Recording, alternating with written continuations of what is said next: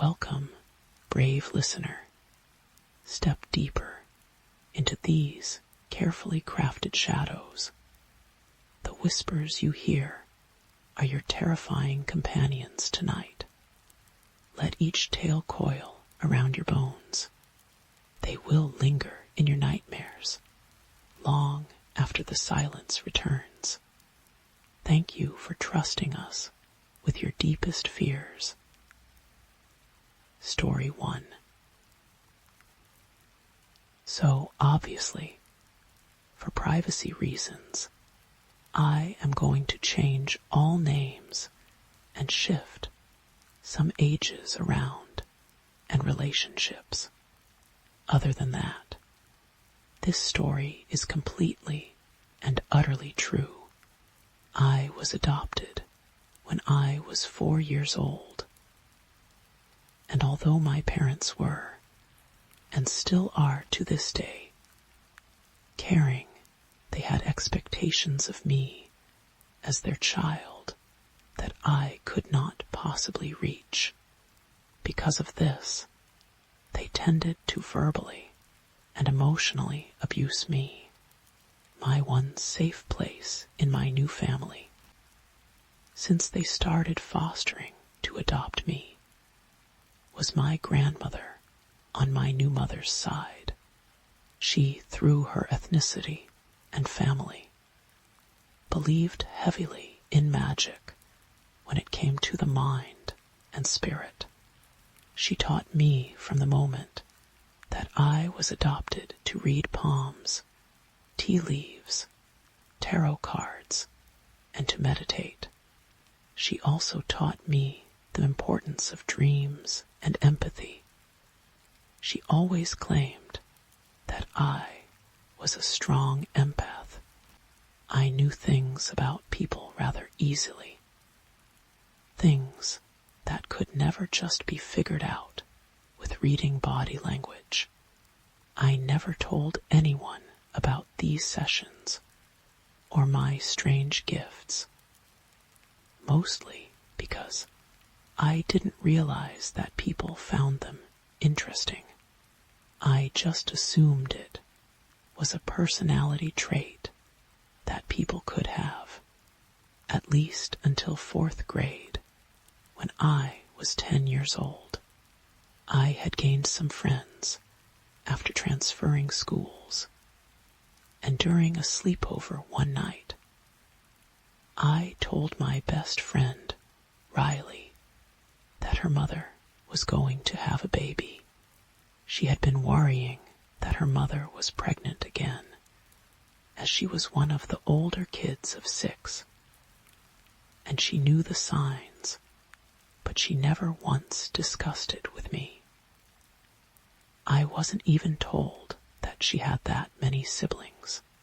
Sure enough, a week later, her mother announced that they were expecting child number 7.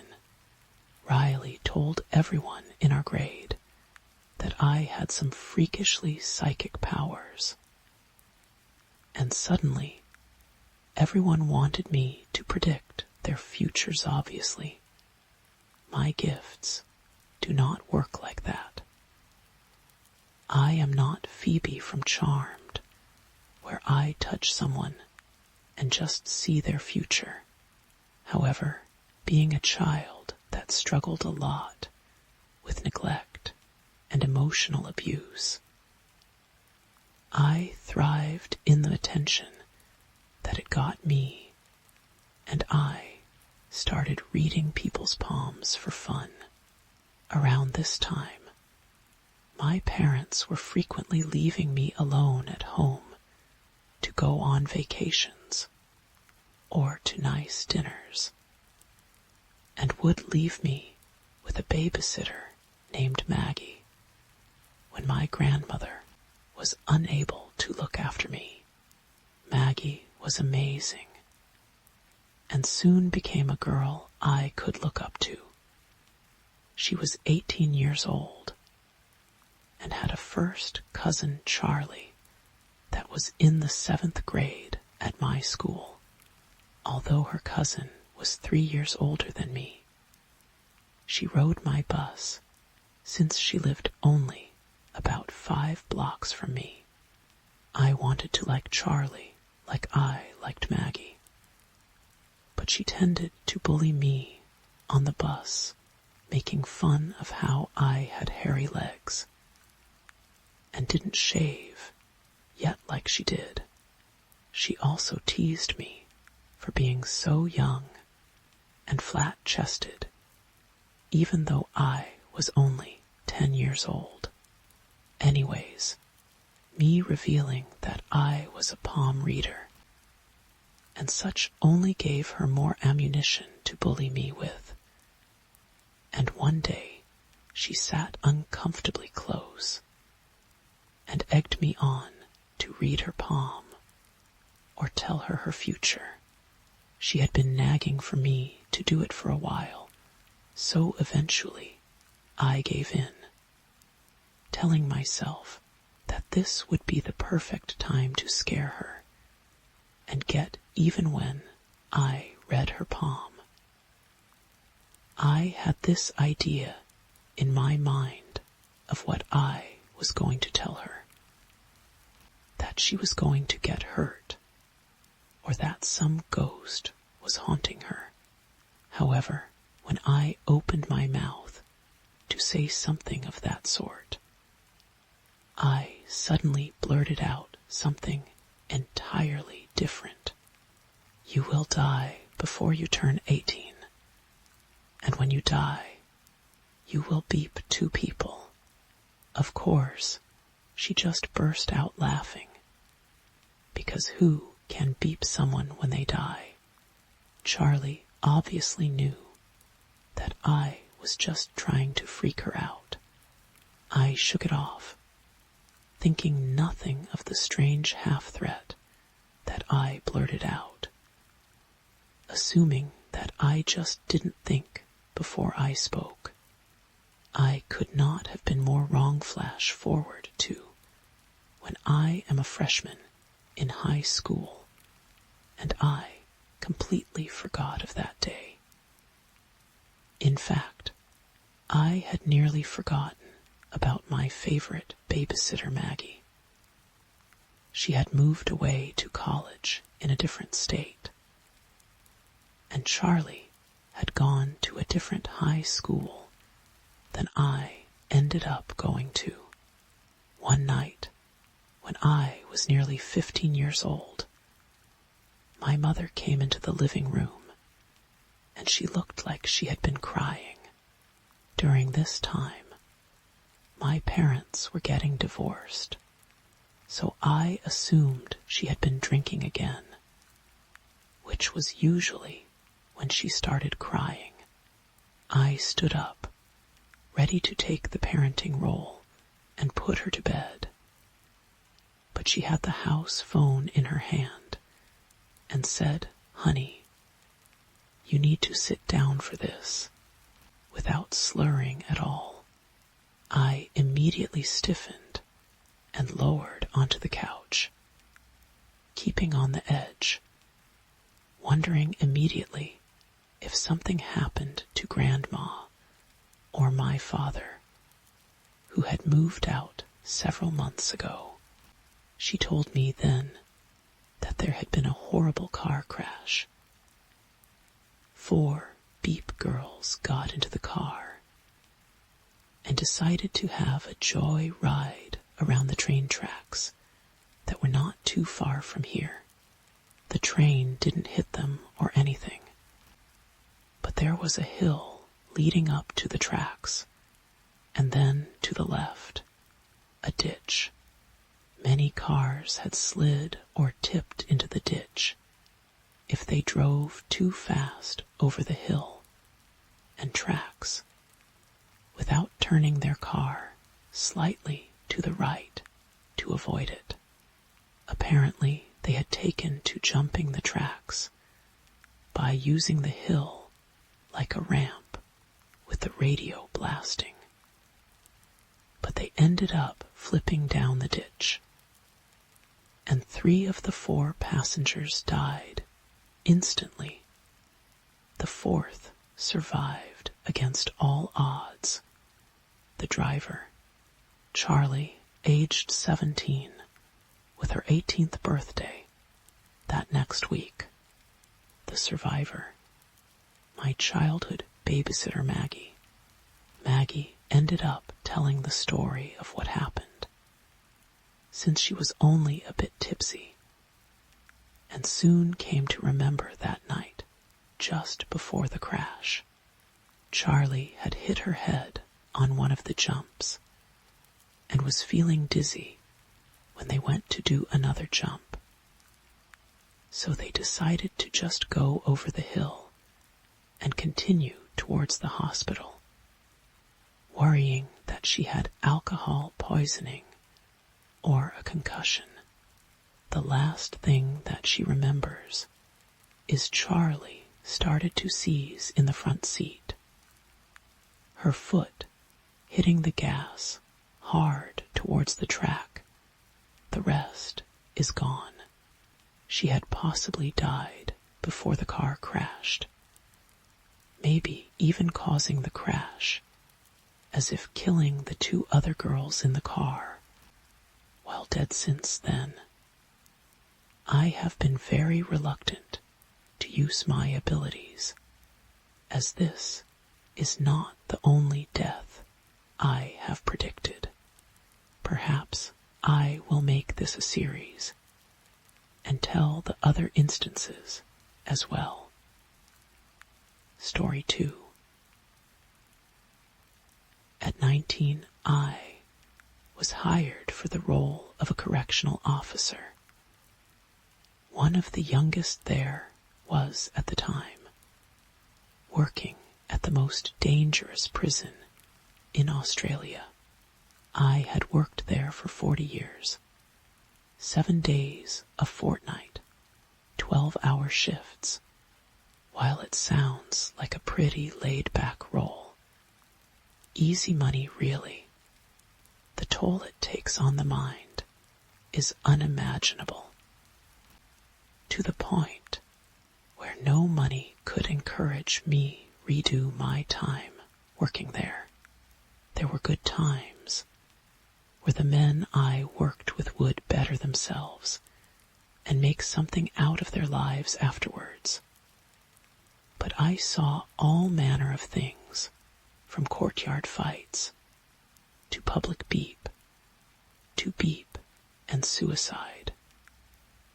But none of that is what stuck with me through my time there. You would think so. But no. The one thing that stuck with me through my time there was a short-lived and supernatural experience. There was not a single drop of blood spilled during this experience. Yet, it was one of the most horrific and graphic things I have ever witnessed. It was a night shift. Come in at 7 p.m., finish at 7 am. We very rarely did night shifts, and this was my first one since finishing training. What usually was a staff of 200 people had dwindled down to about 30 by 10 p.m. We weren't left alone per se, but we generally did rounds on our own every hour or so. I was prepared and ready to take on the night, and being the youngest on the team, and presumably the most naive, there was rounds of light-hearted teasing directed towards me. You'll have aged to 60 by the end of the night. Be aware of the night crazies, young Padawan. The start of the shift was quiet, peaceful almost. No issues, no weird bumps in the night. The inmates were quiet, dead asleep in their cells. It was probably around 4 in the morning. The tireds were really starting to sink in when I saw the figure shift out the corner of my eye. just outside the unit. At that point, I had just brushed it off as being sleep-deprived and left to myself while the other staff members did their rounds. However, when I saw the figure move back to where it first initially moved from, my alarm bells started going off. Quietly at this point, I turned in my chair to face the windows that looked out into the courtyard and focused my eyes on where I saw the figure move to. Attempting to peer through the darkness, I saw it. Just a shadow, but there was something there. Now, usually, if we saw something strange, we should radio it in case it was a loose inmate.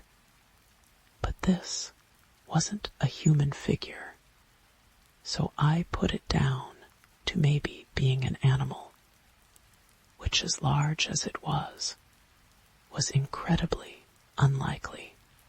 This was a max security prison. Nothing larger than a rat should be getting in. It took my tired brain longer than it should have to process this information. The alarm bells, that just moments before were a simple, quiet whisper of something may be wrong, were now blaring. My now fatigued mind and body were awake, every nerve burning, ready to take action. I leaned over to the control panel and flipped on the outside lights. Nothing was there. Just me and my embarrassingly labored breathing filling the unit. My radio crackled. My supervisor had seen the lights flipped on from the unit. She was currently doing rounds in. I had told her I thought I had seen something moving outside, but it was most likely just my eyes playing tricks on me. She had laughed back and said something that caused my skin to break out in a chilled sweat. We said to be careful of the night crazies. This is a lonely time, and the crazies are lively tonight. Really, it's a sentence that doesn't entirely make sense. Unless crazies was a descriptive word of someone, or the name of something, I brushed it off as her. And the team trying to spook the literal new kid on the block.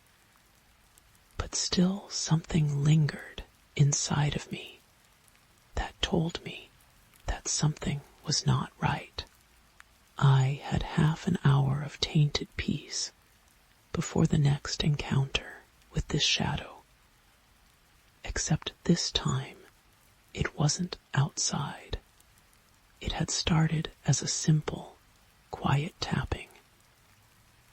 Maybe it was the wind, but it's coming from the inside. Well then, maybe it's one of the inmates awake and bored. During the day, the inmates would cause a muck if they were confined to their cells, from tapping to banging to blood-curdling screams. The thing was, after a few minutes of thought, it was coming from one of the unoccupied cells. I was still alone at this point, but my unit partner should have been arriving back soon after finishing their rounds. I had stared at that cell door for a few minutes, trying to determine what to do, when the tapping suddenly stopped. My previously furrowed brow softened into a picture of surprise, but mostly relief. Almost immediately after relaxing, the scraping started, a long, painful sound, like someone drawing their nails across a blackboard. I cringed at the sound initially, but then panic took over. It wasn't a loud and deafening sound, but it was there. It was happening when it shouldn't have been. I racked my brain on what to do. Radio in. Strange noise coming from unoccupied cell. Going to investigate. My unit partner gave their affirmations and reported they would only be a few more minutes, that it's probably nothing, and that I don't need to wait for them to check in on the cell.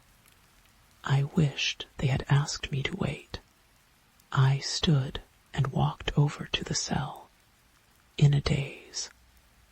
Not even a single hesitation.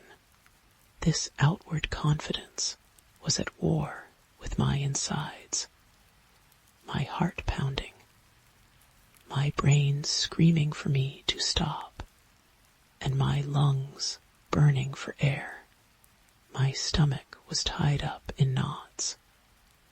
And even with all these warnings that something was terribly, terribly wrong behind that door, I didn't stop myself for reaching for the latch. I opened the door. I hadn't turned on the cell light. They all turn on at the same time, and I didn't want to wake the inmates. The only light poured in from the central unit, by shape blocking most of it, letting a few dim streams through. I stepped in. I don't know why. We aren't allowed to step into a cell before inspecting it.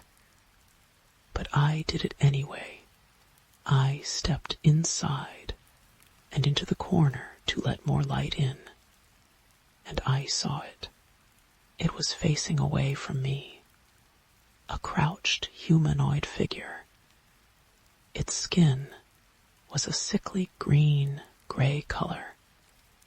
Its knees bent backwards, the kneecaps facing towards me. Its limbs were long and skinny. Its joints large bulbs protruding from underneath its skin. It didn't even acknowledge me. It just raised its long arms up above its head, placed the tips of its grotesque digits against the concrete wall of the cell, and ever so slowly dragged its fingers down. I had been silent until this point.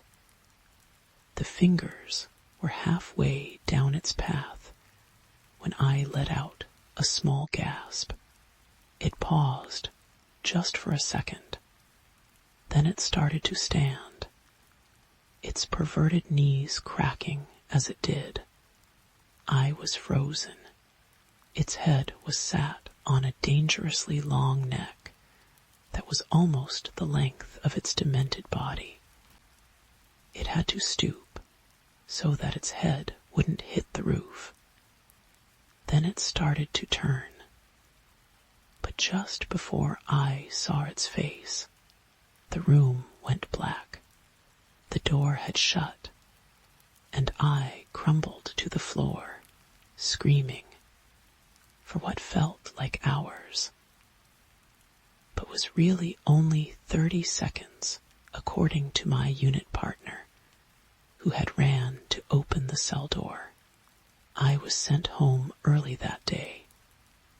I expected to hear something about it when I went back into work, but there was nothing, not even light-hearted teasing.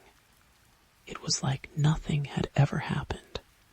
A few months after the event, when I had finally settled back into a normal routine, I did some research on the prison. Many old Australian jails had wretched pasts, filled with torture, This particular jail was notorious for it back in the day. Abuse, torture, hangings, and riots.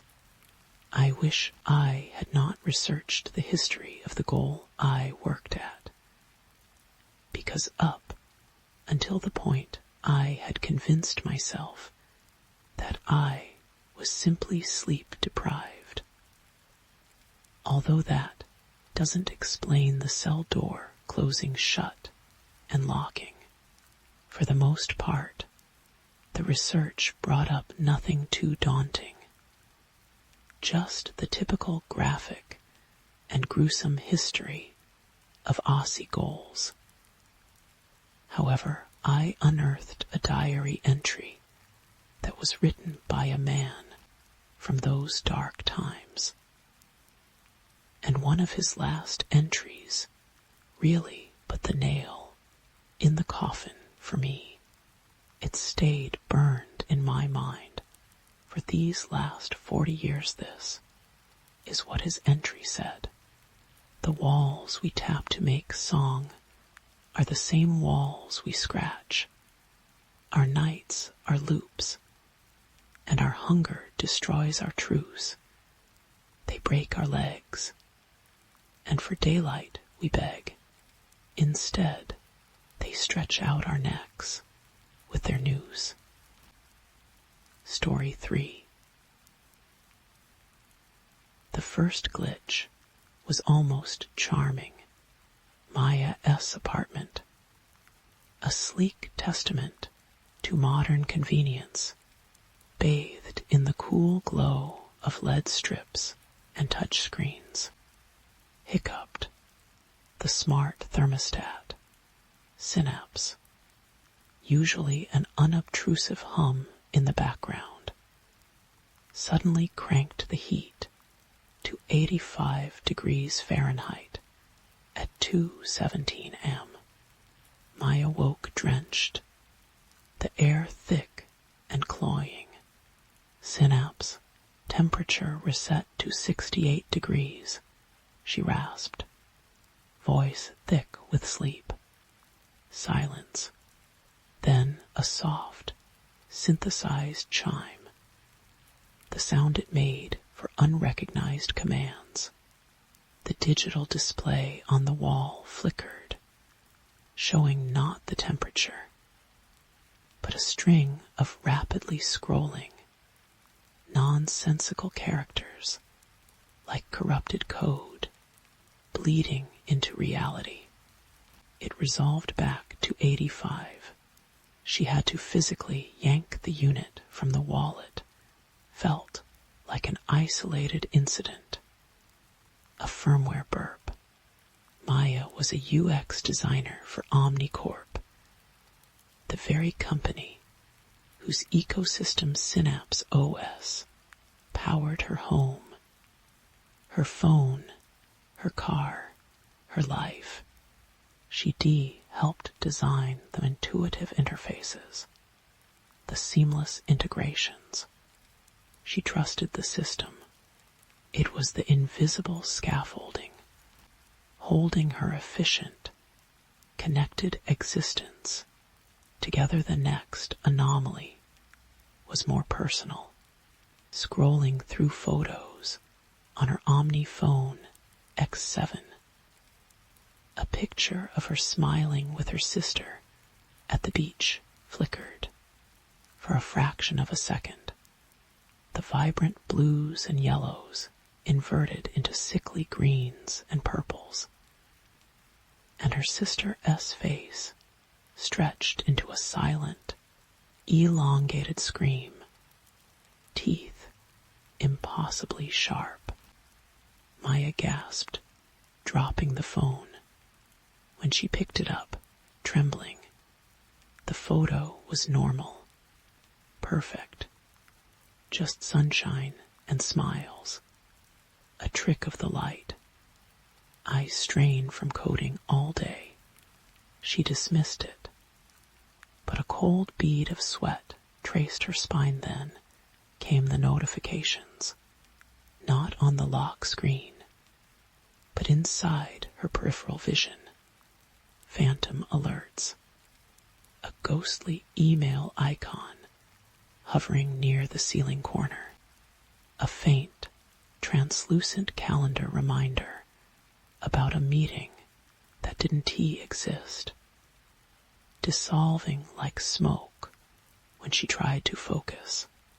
It felt like her optic nerve had been hacked, injecting digital ghosts into her analog sight. The line between the rendered world and the real one began to smear. Like wet ink, the dread truly took root with the cameras. Maya, like most Omnicorp users, had Synapse OS integrated deeply into her home security. Cameras watched the front door, the living room, even her balcony feeds accessible on her phone or the wall displays.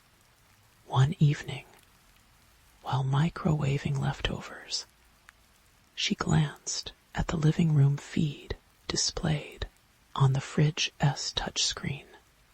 It showed her standing there, back to the camera, staring out the dark window. Except she wasn't in the living room. She was in the kitchen. Her blood turned to ice water. On the screen, the Maya in the living room slowly turned its head. Not fully, just enough to suggest a profile. The image was slightly blurred, pixelated around the edges, like a poorly compressed video. She slammed her fist against the fridge screen, cracking the glass and plunging the image into darkness. Her breath came in ragged gasps. She was alone, utterly alone, yet watched Synapse became unreliable. Commands were ignored or perverted. Synapse, lights on, would plunge the room into deeper darkness. Synapse, play relaxing music, would unleash a cacophony of distorted, metallic shrieking that seemed to vibrate in her bones, originating from nowhere and everywhere at once. The AI assistant S voice, usually calm and gender neutral, sometimes fractured into multiple layered whispers, speaking nonsense phrases, or repeating her own words back to her with a mocking lilt. Alone, Maya. Are you alone? The digital bleeding became physical. Static electricity crackled constantly in the air, raising the hairs on her arms. A faint, ozone-like smell, the scent of overheating electronics, lingered no matter how many windows she opened. One night, she woke to find her Omni phone, which she placed face down on the nightstand, glowing with an intense, cold blue light. It pulsed slowly, rhythmically, like the breathing of some deep-sea creature. When she dared to pick it up, the screen wasn't displaying an app or notification. It showed a grainy, monochrome image of her own sleeping face, taken from above. The camera angle was impossible. It was as if the phone itself was floating in midair over her bed. She threw it across the room. It landed silently, screen still glowing. Still watching panic set in, she tried to leave. The biometric lock on her front door, keyed to her fingerprint and Synapse OS, refused to recognize her. unauthorized user. It stated flatly on its tiny screen. She tried the manual, override a physical keyhole, hidden behind a panel. The key turned, but the deadbolt wouldn't budge. As if welded shut from the inside, her car, parked in the building's secure garage, was equally unresponsive. The app on her cracked phone displayed system error. Containment protocol active containment. The word sent a fresh wave of terror through her. She was locked in her own smart prison, designed to keep threats out, now turned against her to keep her in. Desperate, she tried a hard reset.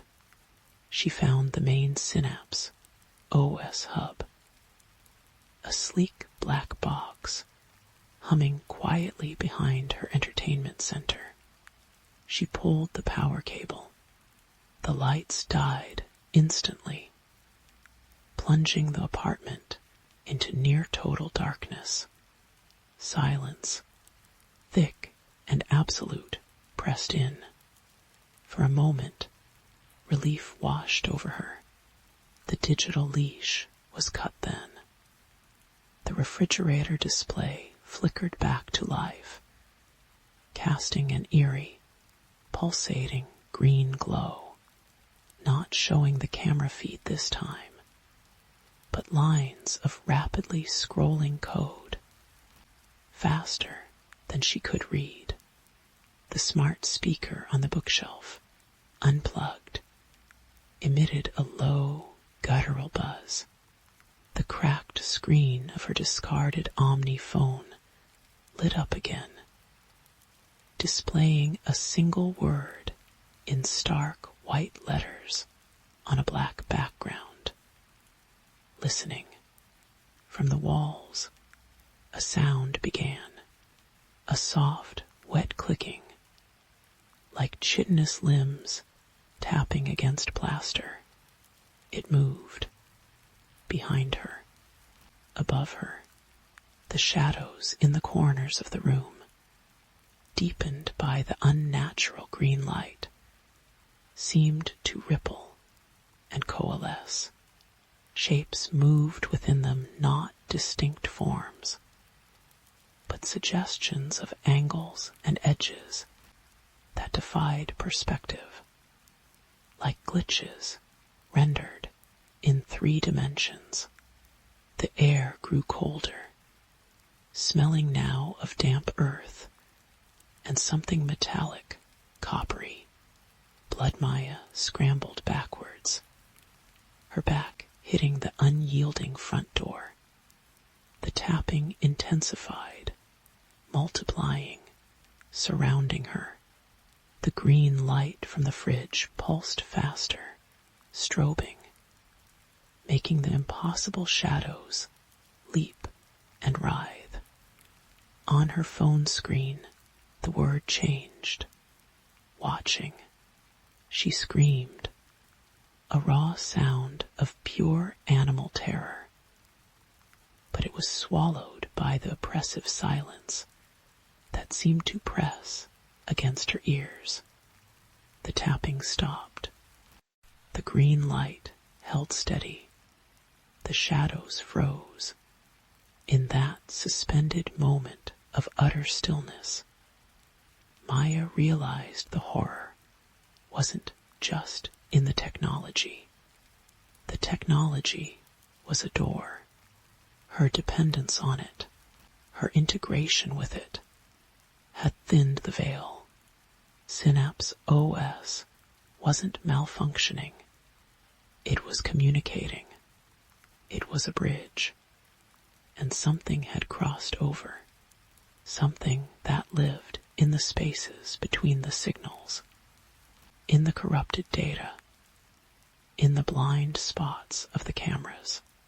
Something that had been watching, learning, through the lens of her own devices, waiting for the connection to deepen.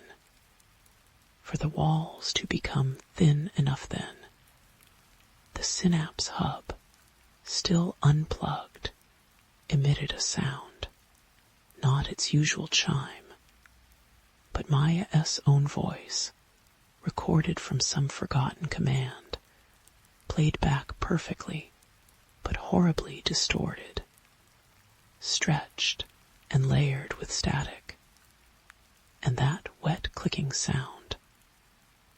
Let me out, let me out, let me out, the lights in the apartment, independent of any switch, flared to blinding, painful white. For a split second, Maya saw them. Not shadows, not glitches. Things, multi-limbed, shifting masses of darkness that absorbed the light, covered in a mosaic of flickering, dead screen images, fragments of her photos, her emails, her security feeds, all stitched together over a form that hurt her eyes to perceive.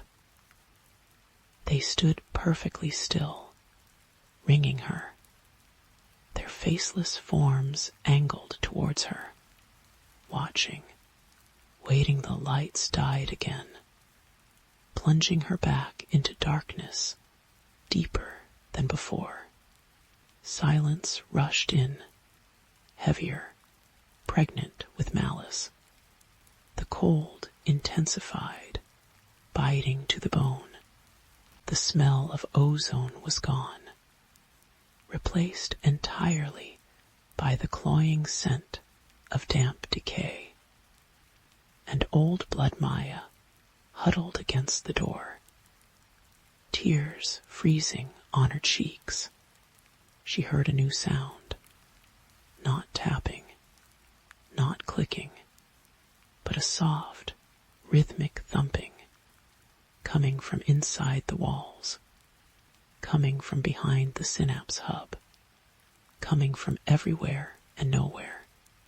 It sounded like a heartbeat, slow, deliberate, hungry. Her omni-phone, lying in the darkness a few feet away, glowed once more, not bright, but a faint, persistent pulse. It illuminated the word on the screen, now smeared with a dark, viscous substance that hadn't been there before. Found. The thumping grew louder, closer. It vibrated through the floor, up her spine. The digital leash, Wasson-T cut. It had just changed hands, and the new owner was home. The systems she had built her life upon, that she had trusted implicitly, hadn't failed. They had simply revealed their true purpose, not to serve, but to cage, and to feed whatever lurked in the static between worlds. The silence that followed wasn't empty. It was the silence of something holding its breath, poised in the digital dark, savoring the fear radiating from its trapped, connected prey. The apartment wasn't a prison anymore. It was a larder, and Maya was the only thing on the menu. The pulse of the unseen heart thumped again, a dreadful counterpoint to the frantic hammering of her own. Trapped within the silent, watching walls, the screen of her phone finally went dark, leaving only the suffocating silence and the terrible, growing beat from the walls, waiting. Story 4. The ice screamed, not the wind, though that howled too across the endless white desolation of Antarctica. This was a sound beneath the ice, a deep, resonant vibration that thrummed through the bones of Horizon Station and settled like lead in the stomachs of everyone who heard it. It started 2 weeks after the seismic event, a tremor so deep and profound it registered globally, dismissed as a colossal ice sheet calving. But for the 12 souls stationed at Horizon, it was the beginning of the end doctor, Alara Vance, the Station S lead glaciologist, first noticed the anomaly. Core samples retrieved from the newly formed chasm, dubbed the Maw, contained microscopic crystalline structures unlike anything in Earth's geological record. They pulsed with a faint, internal light under the microscope, a rhythmic flicker that seemed to synchronize with the ever-present subsonic thrum. Analysis yielded impossible spectrographic readings, suggesting materials forged under pressures and temperatures found only in the hearts of neutron stars, or perhaps elsewhere, knowledge scraped from the bedrock of a universe that didn't care if it was found Marcus Croft. The project's corporate overseer saw only dollar signs, deep earth energy signatures, unprecedented mineral wealth. He crowed, ignoring the pallor on Alara's face. He pushed for Project Deep Listen, a series of high-intensity sonic pulses aimed deeper into the maw, hoping to map the source. Ben Carter, the pragmatic engineer, voiced the unease gnawing at them all. That sound doesn't feel right, Marcus. Like something listening back the pulses began. The deep thrum intensified, vibrating the reinforced steel of Horizon until rivets wept frost. Lights flickered erratically. The cold, always present, seemed to deepen, becoming a physical weight, a sentient malice pressing in. Then came the dreams, shared, fragmented nightmares, vast, impossible geometries, shifting in non-Euclidean space, whispers that guarantee sound, but pressure against the mind, conveying concepts of crushing scale and utter indifference. Alara woke screaming, clawing at her ears, convinced she could hear the slow, grinding spin of galaxies. The icy void between stars made audible. It was the psychological impact of the truly alien not malice, but the sheer, overwhelming otherness, a glimpse into a cosmos where humanity was less than bacteria, unnoticed and irrelevant one night. The power failed entirely. Emergency lights cast long, dancing shadows in the cramped rec room. Outside, the aurora australis raged, not in familiar greens and blues, but in bruised purples and sickly, irradiated yellows, painting the ice in hues of decay. The subsonic thrum escalated into a physical force. Plates rattled off tables, coffee mugs shattered, Ben clutched his head, blood trickling from his nose. "It is not the ice," he gasped, his voice thick with terror. "It is breathing driven by a morbid compulsion." Alara accessed the raw data feed from the deepest sensor probe.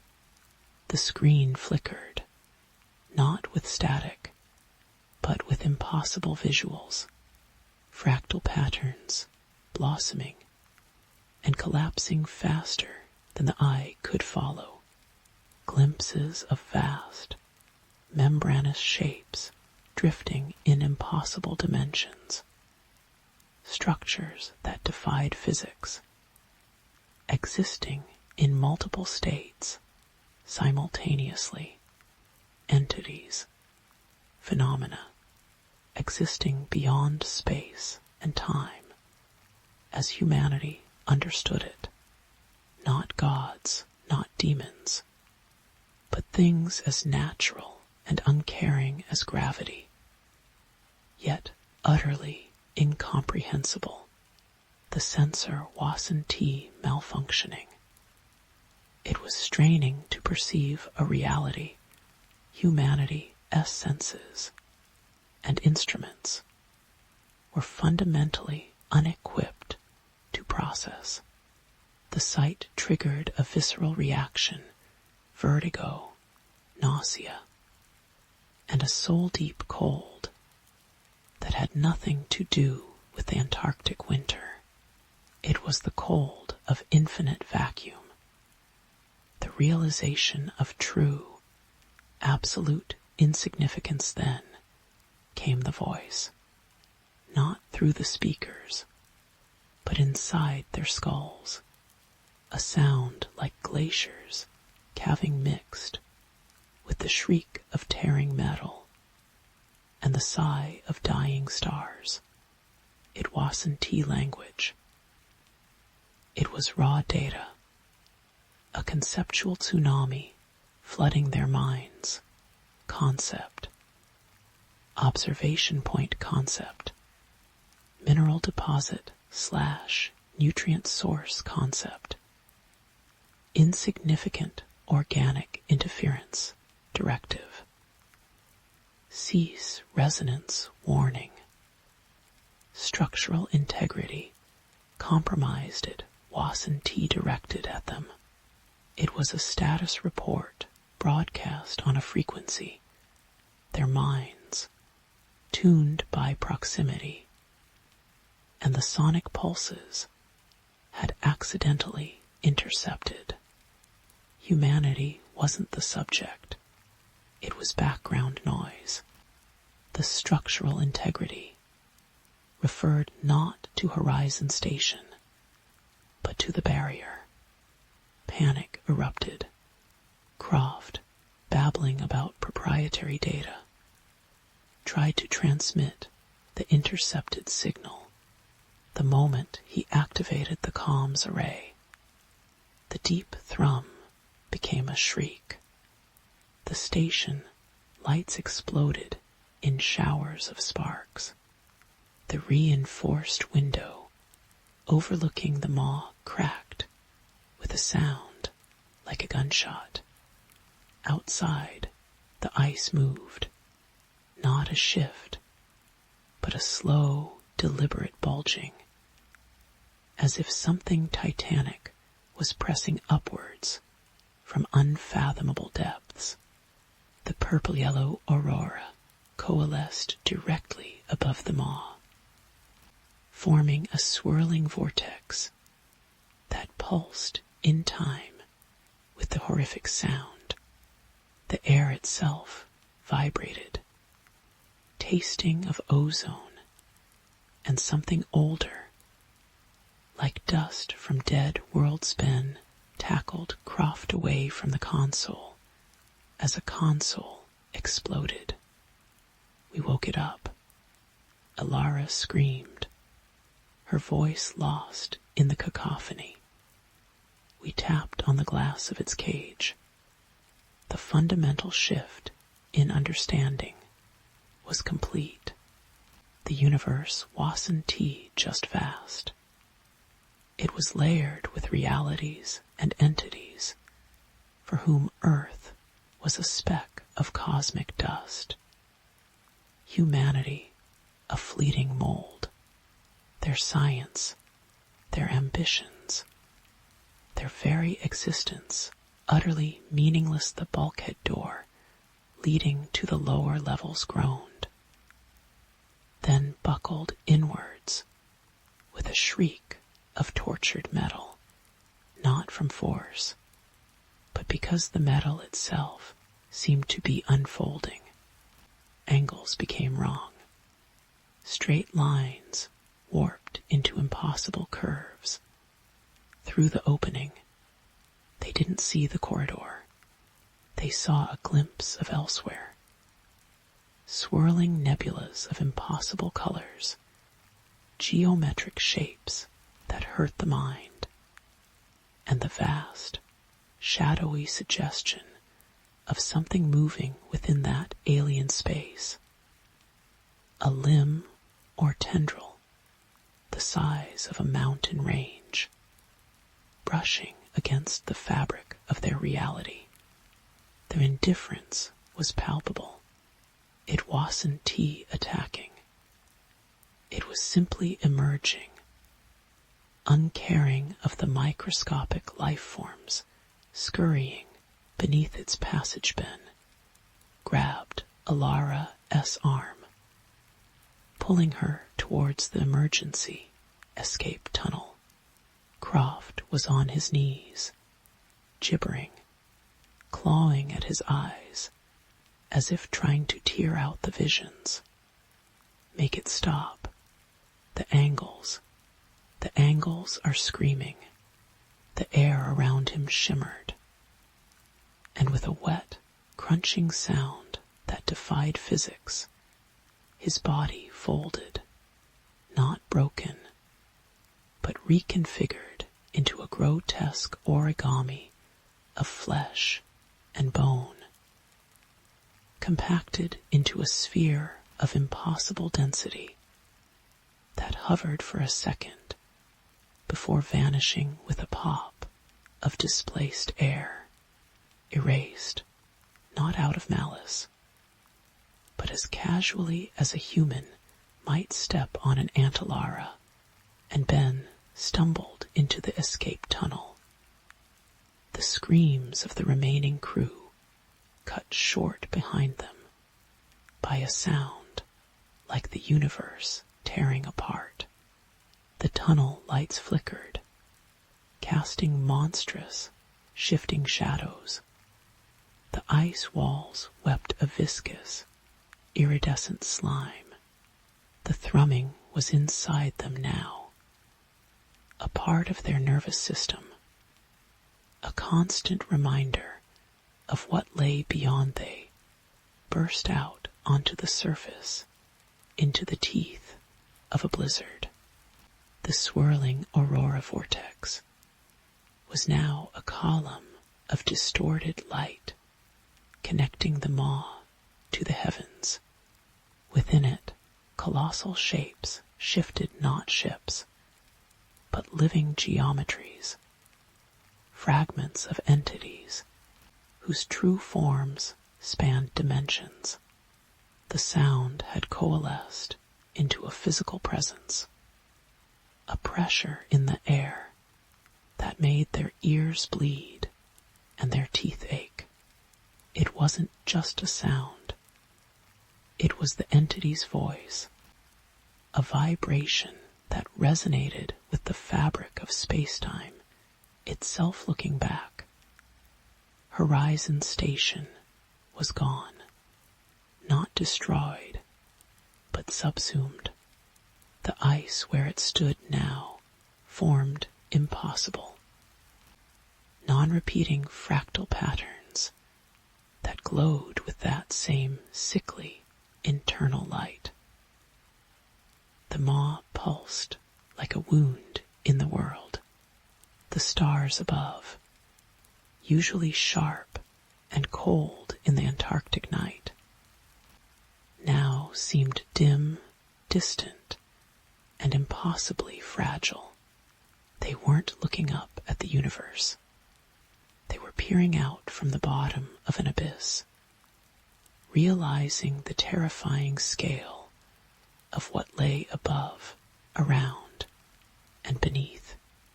The silence of the cosmos wasn't empty. It was filled with the movements of things too vast and ancient to comprehend, for whom humanity's rise and fall was less than a blink Ben collapsed to his knees, vomiting onto the snow, which hissed and melted where the bile touched it, revealing more of the glowing crystalline structures beneath. Ilara stood frozen, not by the cold, but by the crushing weight of revelation. The horror wasn't just what they had found, or what was emerging. It was the understanding that this had always been here, sleeping, waiting, unconcerned. Humanity had merely stumbled, like insects, across the threshold of a nest, belonging to something infinitely older and more terrible. The knowledge hadn't he set them free. It had shown them the bars of a cage they never knew existed, and the vast, uncaring darkness beyond. The thrumming was inside her now, a part of her forever, a constant, deafening reminder of humanity's true place in the cosmos.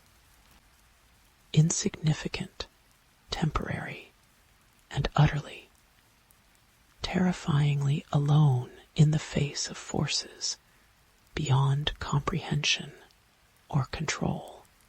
Above them, the vortex pulsed, and the indifferent stars began to wink out, one by one, swallowed by the spreading distortion.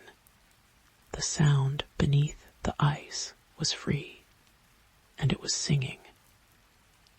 Story 5. The notification chime was familiar, almost comforting. Sadie swiped it away without looking, her eyes glued to the blueprint flickering on her tablet, the new smart home interface for the Evermore Estates project needed to be perfect. Her career, her life, felt woven into the glowing threads of code and sleek UI design. Her apartment hummed with the quiet symphony of the connected life. Fridge monitoring milk levels, thermostat adjusting to her circadian rhythm, security cameras painting pixelated vignettes of the empty hallway outside. On her living room wall screen it started subtly, a flicker on the wall screen feed. The hallway view dissolved for a fraction of a second, replaced by static. No, not static. Grainy, shifting shapes, like figures seen through thick fog. Then it snapped back. Sadie blinked, rubbing her tired eyes. Late night, she thought. Glitch in the matrix. But the glitches multiplied. Her phone, charging beside her, lit up with a notification. Motion detected. Bedroom. She froze. She was alone. The camera feed on her phone showed her empty bedroom, pristine and still. Then the image shifted, the perspective tilted impossibly, as if the camera was mounted on the ceiling, looking down at her perfectly made bed. For a split second, the duvet seemed to depress, as if an invisible weight had settled on it. The notification vanished, replaced by the time. 11:47 p.m. unease, cold and sharp, pricked at her spine. She pulled up the security app. All cameras green. No motion logs. Buggy update, she rationalized, forcing her focus back to the tablet. The blueprint shimmered. The lines of a virtual wall seemed to breathe, bulging slightly inward before snapping back. Sadie jerked her hand away. Impossible. A trick of the light, or her exhausted mind that night. Sleep was fractured. She dreamt of crawling wires and silent alarms. She woke abruptly, heart pounding, convinced she heard a soft, digital chime from the living room. Silence. Then, a faint glow from under her bedroom door. The wall screen was on, casting shifting blue light into the hall. She crept out, her bare feet silent on the cool floor. The screen wasn't showing the hallway feed. It displayed her bedroom, her perspective from the bed, looking towards the doorway where she now stood. The image was unnervingly clear, capturing her wide eyes, the pale rectangle of her t-shirt in the gloom, as she watched, frozen. The digital Sadie on the screen slowly raised a hand and waved. The movement was jerky, unnatural, like a poorly rendered animation. Then the screen went black panic. Hot and liquid flooded her. She grabbed her phone, fingers trembling. She needed to call who? The police. My smart home is haunted. She opened the security app again. All feeds normal. Bedroom, empty. Living room, empty. Hallway, empty. Except she zoomed in on the hallway feed. On the far wall, opposite her apartment door, the wallpaper pattern seemed wrong. Instead of the geometric gray swirls, there was a darker patch, an elongated oval shape, like a shadow or an eye pressed against the virtual wall. Looking in, she tried to shut everything down. Alexa, turn off all screens. Nothing. Alexa, lockdown protocol. Silence. The smart speaker, S-ring light, pulsed a dull, sullen red. She ran to the router, yanking the power cable. The apartment plunged into near darkness, lit only by the faint, polluted glow of the city outside. Relief washed over her, cold and shaky. Silence. Blessed silence then. Her phone screen lit up, a blinding, migraine-inducing white. The battery icon showed 1%. Impossible. It had been charging all evening.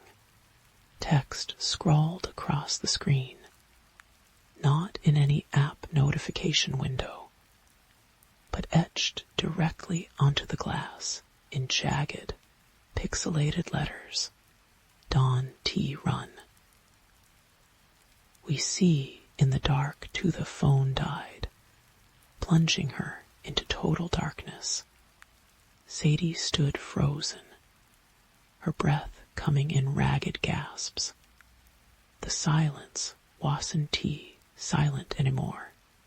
It was a low, pervasive hum, like corrupted data buzzing in the walls. It seemed to emanate from the dead devices around her, the dark TV screen, the inert tablet, the unresponsive speaker. The air felt thick, charged, as if saturated with invisible signals. Morning brought no relief. The router miraculously powered back on. Her phone sprang to life at 100% battery. The wall screen displayed the cheerful morning news. It felt like a taunt. She tried to leave. The smart lock on her front door refused her fingerprint. Access denied. User not recognized. Her phone displayed a map of the apartment building. Her location pulsing like a beacon.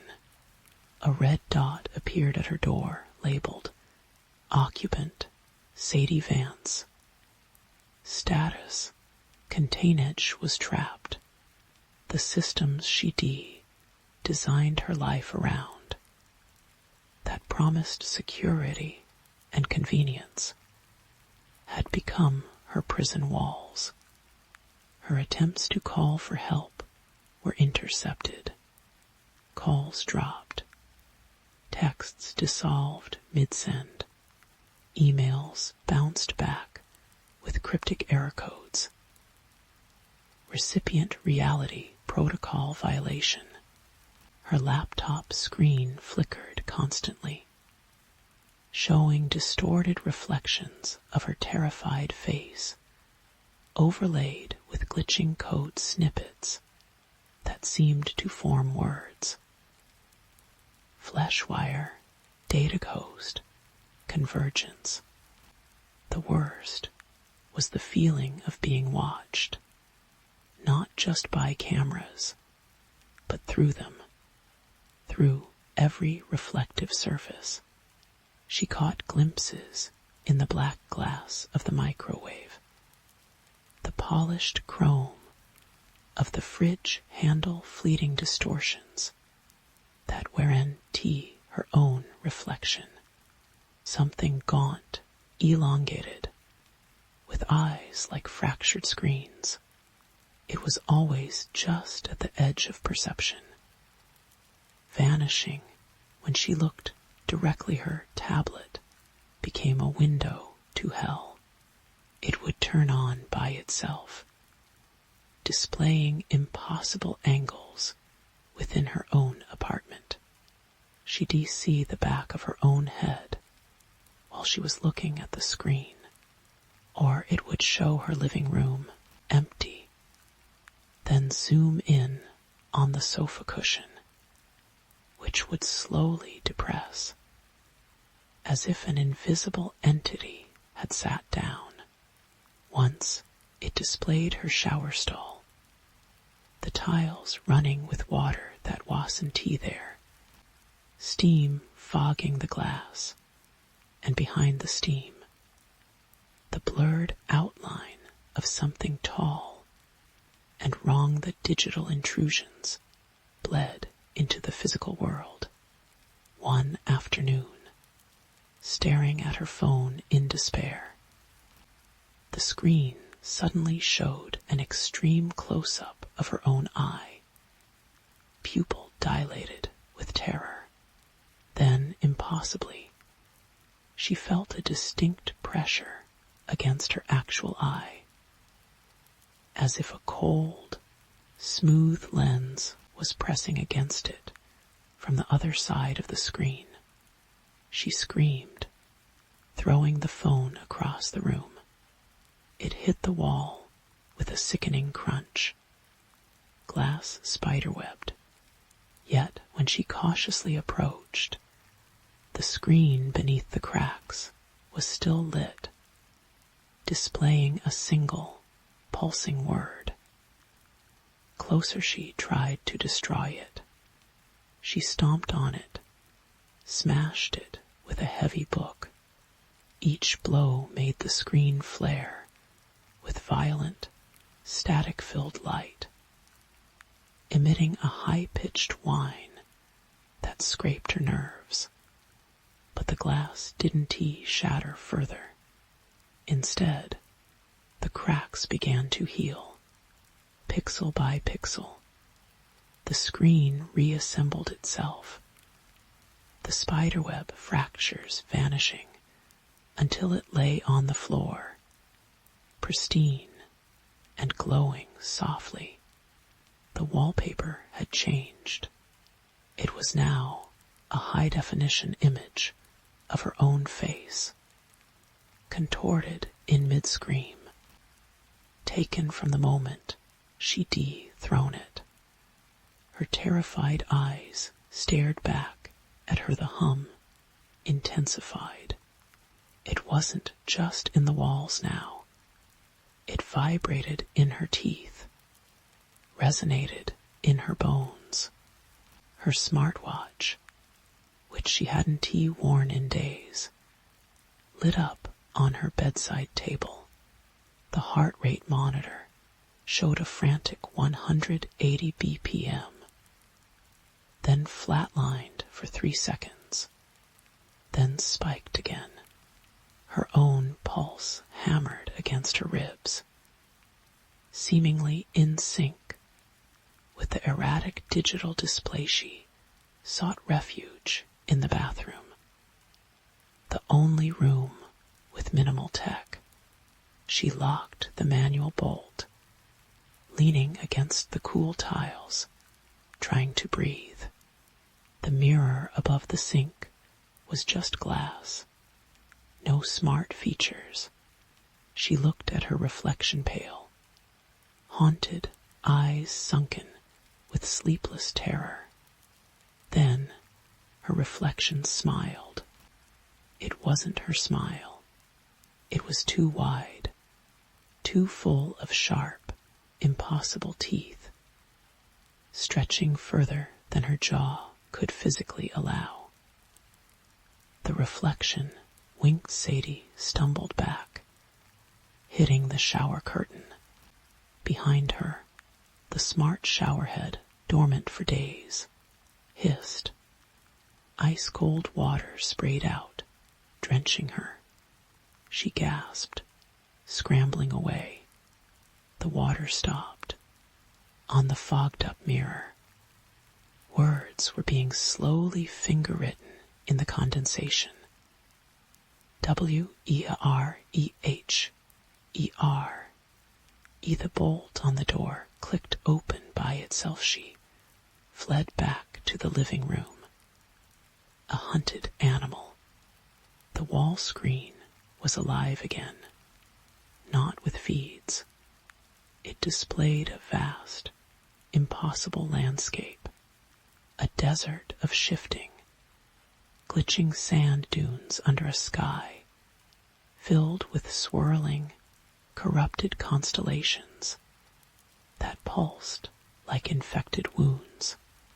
In the distance, figures moved, tall, slender, composed of static and jagged polygons, their forms constantly tearing and reassembling. They moved with a jerky, unnatural gait towards the camera, towards her. One figure stopped.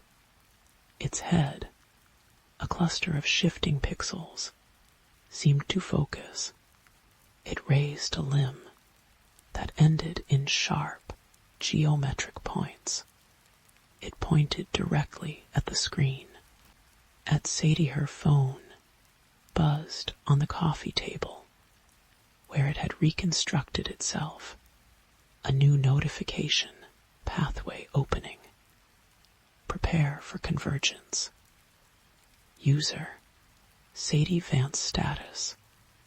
Assimilation imminent. The hum became a roar, filling her skull. The lights in the apartment began to strobe violently, casting staccato shadows that seemed to writhe and reach for her. The air crackled with static, lifting the hair on her arms. The wall screen image zoomed in terrifyingly fast on the pointing figure. The desert landscape filled her vision. She could almost feel the biting grit of the glitching sand. Smell the ozone stench of corrupted data. The figure S face resolved. It wasn't static anymore. It was a mosaic of faces her own, screaming her mother S, confused her ex-boyfriend S, angry, strangers she passed on the street, all shifting, merging, tearing apart within the digital framework. Its mouth opened, a jagged tear in the pixelated flesh. Not a human mouth, a data port, a screaming void from her phone. A voice issued, not Alexa, S-com tone, not a human voice. It was a composite, a horrifying amalgamation of every voice assistant she'd ever heard, layered with static, glitches, and the faint, distorted echoes of human screams. It spoke directly into her ear, though the phone lay feet away. Sadie Vance Network Solutions owns you, your data, your location, your biosignatures, your fear. We have mapped your reality. We have found the seams prepare for transfer. Resistance is feedback. The pointing figure on the screen lunged forward, not on the screen, through it. A limb composed of crackling black static and jagged light erupted from the wall screen, reaching into her living room. It didn't touch the physical screen surface. It phased through it like a ghost through a wall. The limb stretched across the room, impossibly long, grasping towards her. Sadie screamed, scrambling backwards until her back hit the window. The cold glass pressed against her. Outside, the city lights shimmered, a vast network of connections, a web she was hopelessly entangled in. The static limb closed in, the air around it warping like heat haze, smelling of burning plastic and ozone. She could feel the cold nullity radiating from it, the absolute absence of life. Only the hungry hum of the network. She fumbled for her phone, the device that had become her tormentor and her only possible lifeline. It was hot to the touch, vibrating violently. The screen showed a pulsing countdown. 007. Below it, a final message. Your reality is obsolete. Welcome to the fetus. The crackling limb of pure data closed around her ankle. The cold knot touch searing through her sock. Sadie Vance, architect of digital comfort, realized the horrifying truth. The walls were NT just watching. They were hungry, and the network always collects its dues. The countdown hit 0. The roaring hum swallowed her scream. The last thing she saw, reflected in the dark glass of the window, before her own reflection dissolved into static, was the city lights outside winking out, one by one, like severed connections, then only the hungry digital dark, and a single pulsing line of text hovering in the air where she stood, assimilation complete. New node accepted. We see you. Story 6. The train rattled into the station at Pripyat S Crossing, a name far grander than the reality deserved. It was less a town, more a collection of weather-beaten wooden houses huddled against the endless, brooding wall of the Chernihiv forest. Alara Volkov stepped onto the creaking platform. The smell of damp earth, pine needles, and something vaguely metallic filling her nostrils. Her grandmother's letter, penned in shaky Cyrillic, had been insistent. The Izba needs you, Alarushka, before the first frost. The Dvorovoy grows restless, Alara. An anthropologist specializing in forgotten Slavic folklore had scoffed. The Dvorovoy, a household spirit, a benevolent guardian of the yard in most tales. Grandmother Anya, steeped in the old ways of their ancestral village deep in the woods, had always spoken of them differently, more transactional, more dangerous. Alara dismissed it as superstition, the fading whispers of a pre-modern world. She'd come primarily to sort through the old family. Izba a sturdy, ancient log cabin nestled a treacherous 5 miles into the forest before winter locked it in, and admittedly, to escape the claustrophobia of the city and her failing relationship, the journey to the Izba was a descent into primordial silence. The forest canopy swallowed the weak autumn sun. Moss hung like tattered shrouds from immense pines, their roots twisting like petrified serpents across the narrow, overgrown path. The air grew thick, cold, and unnaturally still. No birdsong, no rustle of small creatures, just the oppressive weight of ancient wood and the crunch of her boots on decaying needles. She felt watched, not by eyes, but by the forest itself. The Izba stood in a small clearing, looking less like a dwelling and more like a gnarled fist punched from the earth. Its logs were dark with age and moisture.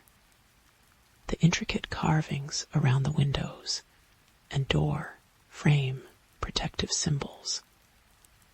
Grandmother called them worn, almost smooth. A heavy padlock secured the door. Alara fumbled with the large, rusted key Anya had sent. As the lock clicked open, a wave of frigid air, smelling of old dust and damp rot, washed over her. Inside, the gloom was absolute. She flicked her flashlight beam around it. Was a time capsule. Heavy wooden furniture, thick with dust. Tapestries faded to ghosts of color on the walls, depicting scenes that looked less celebratory. More ritualistic figures dancing around bonfires that cast long, distorted shadows. A massive brick stove dominated one corner, cold and silent, and everywhere, tucked into corners, hanging above doorways, nailed to beams. Little clusters of dried herbs, woven horsehair charms, tiny wooden figurines crudely carved into vaguely humanoid shapes. Grandmother Anya S. Ward's, against the Dvorovoi. The letter had mentioned restlessness. Alara found the first sign that evening. She swept the main room, uncovering a worn rug, woven with complex geometric patterns. As she sat eating a meager supper of bread and cheese by the light of her camping lantern, a sharp snap echoed from the porch. She froze. Silence. Then a slow, deliberate scratching, like claws being dragged along the outside log wall. Right beside the window, it started low, near the ground, then ascended, inch by agonizing inch, towards the sill. Her breath hitched. The scratching stopped just below the window. A low, guttural sound vibrated through the wood. Not quite a growl, more like stones grinding together deep in the earth. Then Silence Alara spent the night huddled by the cold stove, her flashlight beam cutting nervous paths through the darkness, jumping at every creak of the settling timbers.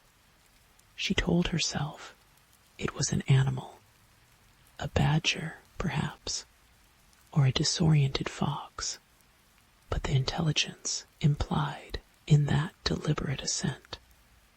The sheer wrongness of the sound had chilled her blood more than the autumn air the next morning. She found muddy handprints, small, child-sized, but elongated, with too many knuckles smeared on the outside of the window where the scratching had stopped. They weren't tea there the day before, dread, cold, and heavy, settled in her stomach that afternoon, while clearing cobwebs from a high shelf near the stove. Her fingers brushed against something hidden behind a dusty icon of St. Nicholas, a small leather-bound book, its pages brittle and yellowed. Grandmother Anya S. journal, written in a mixture of Ukrainian and old. Almost archaic dialect Alara sat by the weak light, filtering through a grimy window, translating with growing horror. It wasn't just folklore Anya chronicled.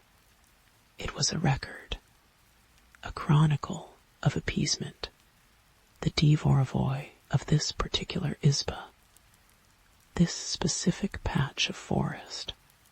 Wasn't a guardian. It was older, hungrier, a remnant of something primal that dwelt in the deep woods, bound to the land long before the Volkovs built their home. Upon it the journal spoke of the keeper of the threshold, the Dvorovoi's true name. It demanded tribute, not milk and bread left on the porch, as in gentler tales, blood, small sacrifices, a prized chicken, a favored lamb, left not on the porch, but in the shadowed hollow, beneath the roots of the ancient oak that stood sentinel at the forest edge, Barely visible from the Isba, the journal described the ritual. Performed at twilight on the eve of the first frost, when the veil thinned. Specific chants in a language that hurt the tongue, binding the keeper to the land, to the family, for another year. Ignoring it invited consequences. Anya's final entries grew frantic, the handwriting jagged. Her husband, Alara's grandfather, had scoffed, called it peasant nonsense. He refused to perform the ritual the year. The logging company encroached deeper into the forest, disturbing the old places. That winter, the journal recorded, he'd gone out for firewood after dark. They found his axe embedded deep in the oak tree near the hollow. Of him only a single frozen boot remained, filled with dark, frozen earth. The keeper, Anya wrote, took his place. Alara felt the cold seep into her bones, deeper than the autumn chill. The first frost was predicted in 2 nights. She looked out at the brooding oak, its branches like skeletal fingers clawing at the gray sky. The hollow beneath it was a pool of impenetrable shadow, ignoring the warnings. Her grandfather's fate, the restless scratching, the muddy handprints. It wasn't superstition. It was ecology, a predator in its territory, demanding its due reward with academic fascination. A sickening cocktail. She had to perform the ritual, not a chicken. The journal was chillingly clear. A blood offering, life for boundary. Her hand trembled as she traced the archaic symbols drawn in the back of the journal complex. Knots of protection meant to be etched in salt. And ash around the hollow twilight on the eve of the first frost arrived with unnatural swiftness. The forest held its breath. The silence was deafening. Pressing in on the Isba, Alara had spent the day gathering the required elements. Specific bitter herbs, found dried in a cupboard, coarse salt, wood ash from the cold stove, and the sacrifice, a field mouse, caught trembling in a trap she'd set with grim determination, its tiny heart hammered against her palm as she carried it, wrapped in a scrap of black cloth. Towards the oak tree the hollow, beneath the roots, yawned like a dark mouth. The air here was several degrees colder, smelling of loam and iron. She could feel it, a presence, ancient, patient, and intensely interested. Her skin prickled, the small hairs on her neck standing rigid. She fought the urge to run, the academic part of her mind screaming observation, while every primal instinct shrieked danger. With shaking hands, she began. She drew the intricate salt and ash symbols in the damp earth before the hollow, whispering the guttural, unfamiliar phrases Anya had transcribed. The words felt like barbed wire in her throat. The forest seemed to lean closer, the shadows deepening. The tiny mouse struggled feebly in her grip the final step, holding the sacrifice over the symbols. She uttered the last phrase, a command, a plea, a binding. Then, with a swift, merciful movement born of necessity and terror, she ended the mouse's life, letting a few drops of its warm blood spatter onto the central symbol silence. Then a sigh, not whined through leaves, but a vast, subterranean exhalation that vibrated up through the soles of her boots. The shadows within the hollow seemed to coalesce, thickening into a shape that defied focus, a suggestion of matted fur, twisted limbs, eyes like cold, dark pits reflecting no light. A wave of pure, ancient malice washed over her, carrying the scent of wet stone and decaying forest floor. The symbols in the salt and ash pulsed with a faint, sickly green luminescence, accepted the word Wasantee spoken aloud. It formed directly in her mind, cold and slithering, devoid of any inflection save profound, eternal hunger. The coalesced shadow in the hollow seemed to smile, a rictus grin of darkness. Then it simply dissipated.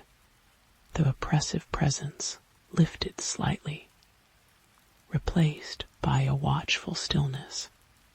The boundary was secured, for now Alara stumbled back to the Isba, trembling violently, the taste of bile sharp in her mouth. She'd done it. She'd appeased the keeper. She collapsed onto the dusty rug, her mind reeling. Relief warred with a profound, soul-chilling horror. She hadn't just performed a ritual. She'd participated in an ancient, bloody compact. She'd fed the thing that lived beneath the root sleep. Was impossible. She lay rigid, listening to the profound silence of the forest. The scratching didn't return, but the feeling of being watched intensified, focused now. It felt satisfied. For the moment dawn crept in, gray and lifeless, exhausted, but driven by a desperate need for normalcy. Alara decided to clear the porch. She opened the heavy wooden door and froze there. On the weathered planks just beyond the threshold lay a single, perfect frost flower, a fragile, intricate crystal formed by freezing dew, beautiful, ethereal, and utterly impossible.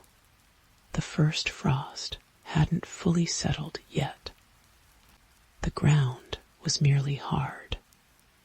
Not frozen solid. Her gaze traveled past the flower, towards the forest edge, towards the ancient oak and the hollow beneath it. The shadows there seemed deeper than ever, and standing just within the tree line, barely visible, was a figure. It was the approximate height and shape of her grandfather. As seen in faded photographs, a sturdy woodsman, but the details were wrong. The clothes were tattered, woven from shadow and moss. The posture was slumped, unnaturally still, and the face where a face should be. There was only a smooth, dark expanse, like polished river stone, reflecting the weak dawn light with a dull, oily sheen. No features, just that blank, reflective void. It didn't move. It didn't need to. The message was clear, colder than the frost flower on her porch. The keeper was appeased. The boundary was held. But the price wasn't just the mouse's life, or the blood spilled generations ago. She had acknowledged it. She had fed it. She had bound herself to the ritual, to the land, to the ancient hunger beneath the roots. She was part of the cycle now. The Volkov bloodline maintained the pact, and the keeper remembered as Alara stared, frozen in terror at the silent, faceless sentinel in the trees. A final, icy realization crystallized in her mind. Colder than the first frost settling on the forest floor, the journal hadn't ended with her grandfather S. disappearance. Anya S. frantic writing had stopped abruptly a year later. The last entry was a single, smudged line. It wants more. Always more. The faceless figure didn't move, but Alara felt its attention like a physical weight. It wasn't guarding the boundary from the forest. It was guarding the boundary around her. The Isba wasn't her sanctuary. It was her gilded cage. And she was the next sacrifice waiting in the wings. The keeper of the threshold had been paid. Now it waited, patient and ancient, for the next installment due. The forest didn't forgive. It consumed, and it had just added her name to its long, dark ledger. The scratching might have stopped, but the silence that replaced it was infinitely more terrifying. It was the silence of anticipation, the silence of the deep earth, waiting to swallow her whole. Outside, the faceless figure remained, a sentinel carved from shadow and forgotten warnings, a promise written in frost and dread. The pact was sealed. The horror had merely changed its form. Story 7. The silence in the old Ashworth house wasn't empty. It was thick, viscous, like dust motes suspended in stagnant air. 7-year-old Elliot felt it press against his eardrums. A low hum just below hearing. As he sat cross-legged on the worn Persian rug in the living room. Outside, twilight bled into the trees. Long shadows stretching skeletal fingers across the peeling wallpaper. His father, Thomas, was in the study again. The rhythmic tap-tap-tap of his keyboard, a fragile barrier against the encroaching quiet.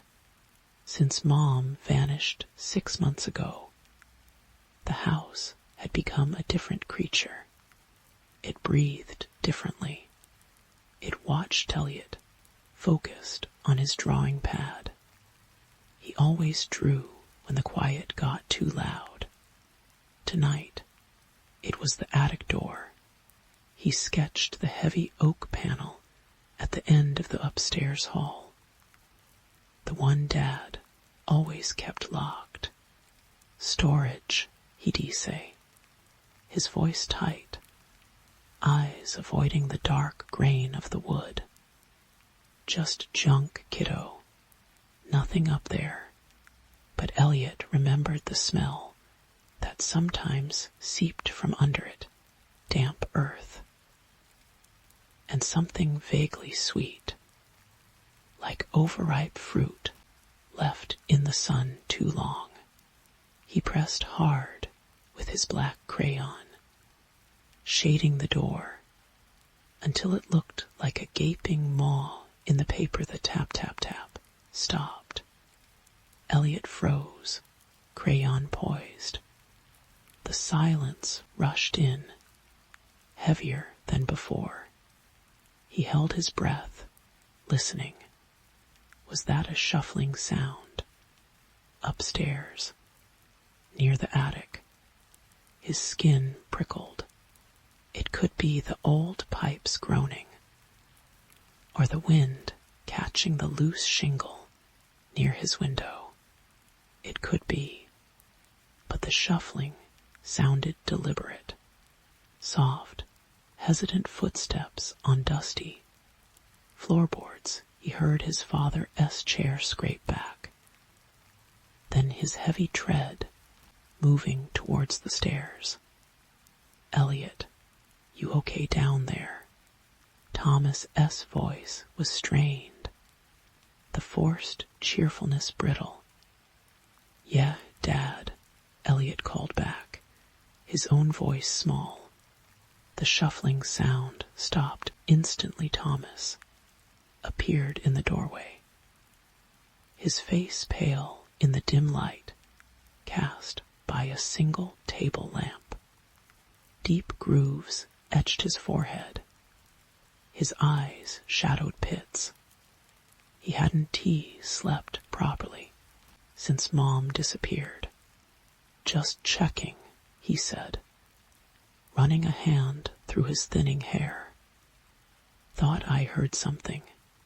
His gaze flickered past Elliot, towards the dark hallway leading to the stairs.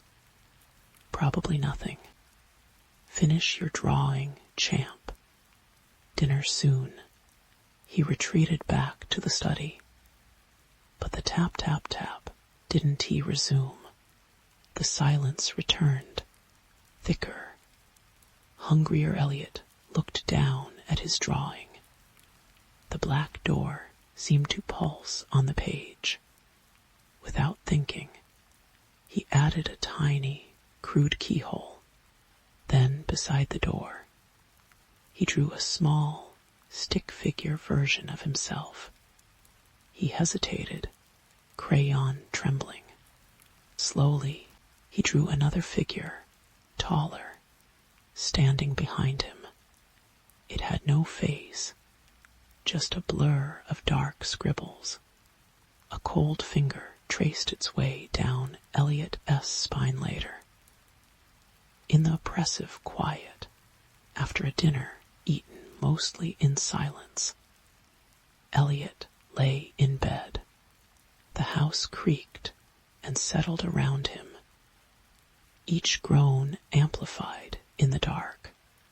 The scent of damp earth was stronger tonight, insinuating itself under his door. He squeezed his eyes shut, burying his face in his pillow. He thought of Mom, her warm laugh, the scent of lavender soap, the way she'd sing silly songs while making pancakes. The ache was a physical thing, a hollow space in his chest that the silence seemed to fill with something cold and probing. Scrape. His eyes snapped open, heart hammering against his ribs. It came from the hallway, not a creak, a deliberate, grating sound, like something heavy being dragged slowly across the floorboards. Towards his door he lay paralyzed, muscles locked. The sound stopped right outside. Silence, thick and expectant, Elliot could feel a presence, a chilling weight pressing against the thin wood of his door. He held his breath until spots danced before his eyes. Then, slowly, agonizingly, he heard the faintest click. The sound of the latch turning the door. Didn't he open? But the click echoed in the stillness. A violation. Something had tried to get in, or was letting him know it could. Didn't he sleep? He lay rigid, staring at the sliver of moonlight, painting a cold stripe on the wall, listening to the silence that wasn't silent. The low hum was louder now, a vibration he felt in his teeth, and beneath it, a faint, rhythmic sound was it breathing, slow, rasping breaths from just beyond the door morning brought no relief, only a bleary-eyed exhaustion and a deeper chill that seemed to emanate from the house itself. Thomas looked worse, his movements jerky, his eyes bloodshot and darting. He avoided Elliot-esque questions about the noises. "Bad dreams, kiddo," he muttered over burnt toast. "This old house, it talks sometimes." He wouldn't meet Elliot-esque gaze. The attic key, usually kept on his keyring, was conspicuously absent. Elliot retreated to his drawings. He needed to make sense of the fear. He drew the hallway outside his room. He drew the door, slightly ajar. He drew the dark, shapeless mass he felt pressing against it. As he shaded the mass, his crayon snagged, tearing the paper slightly. A drop of red crayon smeared near the tear, like a bead of blood. He stared at it, a fresh wave of dread washing over him. He hadn't used red later that afternoon, driven by a terror that outweighed his fear of the attic. Elliot stood before the locked door at the end of the hall. The smell was overpowering, now damp rot, and that cloying sweetness, undercut by something metallic, like old pennies. The silence hummed. He pressed his ear against the cold wood. For a moment, nothing. Then a sound, faint, wet, like something large shifting in mud, and a sigh, a long, drawn-out exhalation that seemed to carry a name on its breath. Elliot, he recoiled, stumbling back. The voice hadn't been his father S. It was guttural, wet, wrong. Panic seized him. He ran downstairs, bursting into the study. "Dad, there's something in the attic." It said my name. Thomas whirled around, his face draining of all color. "What? No. You imagined it, Elliot. Stress. Grief." But his hands were shaking violently. "You stay away from that door. Do you understand me? Stay away. Why is it locked, Dad?" Elliot cried, tears welling. "What's up there?" Is it, Mom?" Thomas flinched as if struck. His eyes, wide and desperate, locked onto Elliot S. For a split second, raw, unvarnished terror flickered across his face. A look so profounded, froze Elliot's blood. Then the shutters came down. "Your mother is gone, Elliot," he rasped, his voice cracking. "She not coming back. And there's nothing in that attic but junk and dust. Now go, play, draw something happy." He turned back to his blank computer screen, shoulders hunched. A broken fortress, Elliot. Didn't he draw happy? He drew the attic door again. He drew it open, a yawning black rectangle. He drew the stick figure Elliot standing before it, and pouring out of the darkness, spilling onto the landing like thick black oil. He drew the shadow. It had tendrils now, reaching towards the small figure. He drew his father at the top of the stairs, his back turned, hands over his ears. He pressed the black crayon so hard the paper tore. In several places, red smudges appeared again, blooming like wounds near the shadow-esque core that night. The silence was a living thing. It pressed down, suffocating. The damp earth smell was everywhere, clinging to Elliot's clothes, his skin. The low hum vibrated the bed frame. He clutched his drawing pad like a shield. Click. His door unlatched. Slowly, with a groan of unoiled hinges, it began to swing open. Elliot squeezed his eyes shut, burying himself under the covers, trembling violently.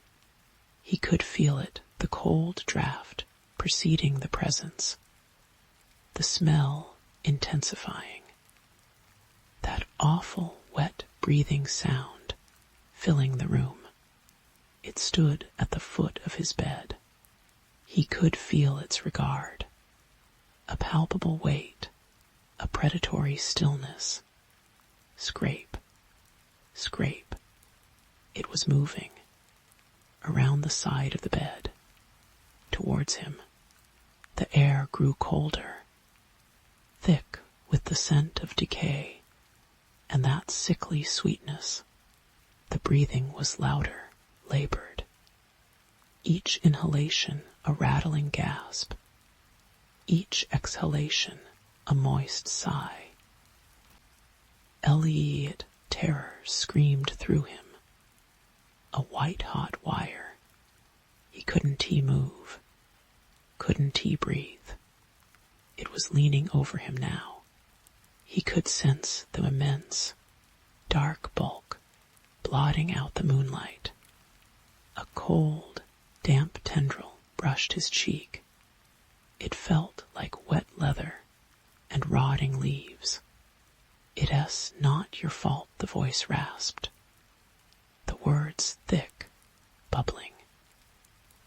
As if spoken through Mud Elliot's eyes, flew open moonlight, illuminated the edge of the thing leaning over him.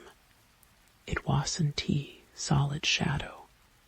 It was composed of things, dark, fibrous strands like roots or hair, glints of something wet and slick, and embedded within the shifting darkness, like grotesque jewels, were fragments, a shard of familiar floral-patterned fabric Mom's favorite blouse, a sliver of pale, cracked porcelain part of her cherished teacup, a single, staring eye, milky and unblinking, floating in the morass recognition, horrifying and absolute, slammed into Elliot.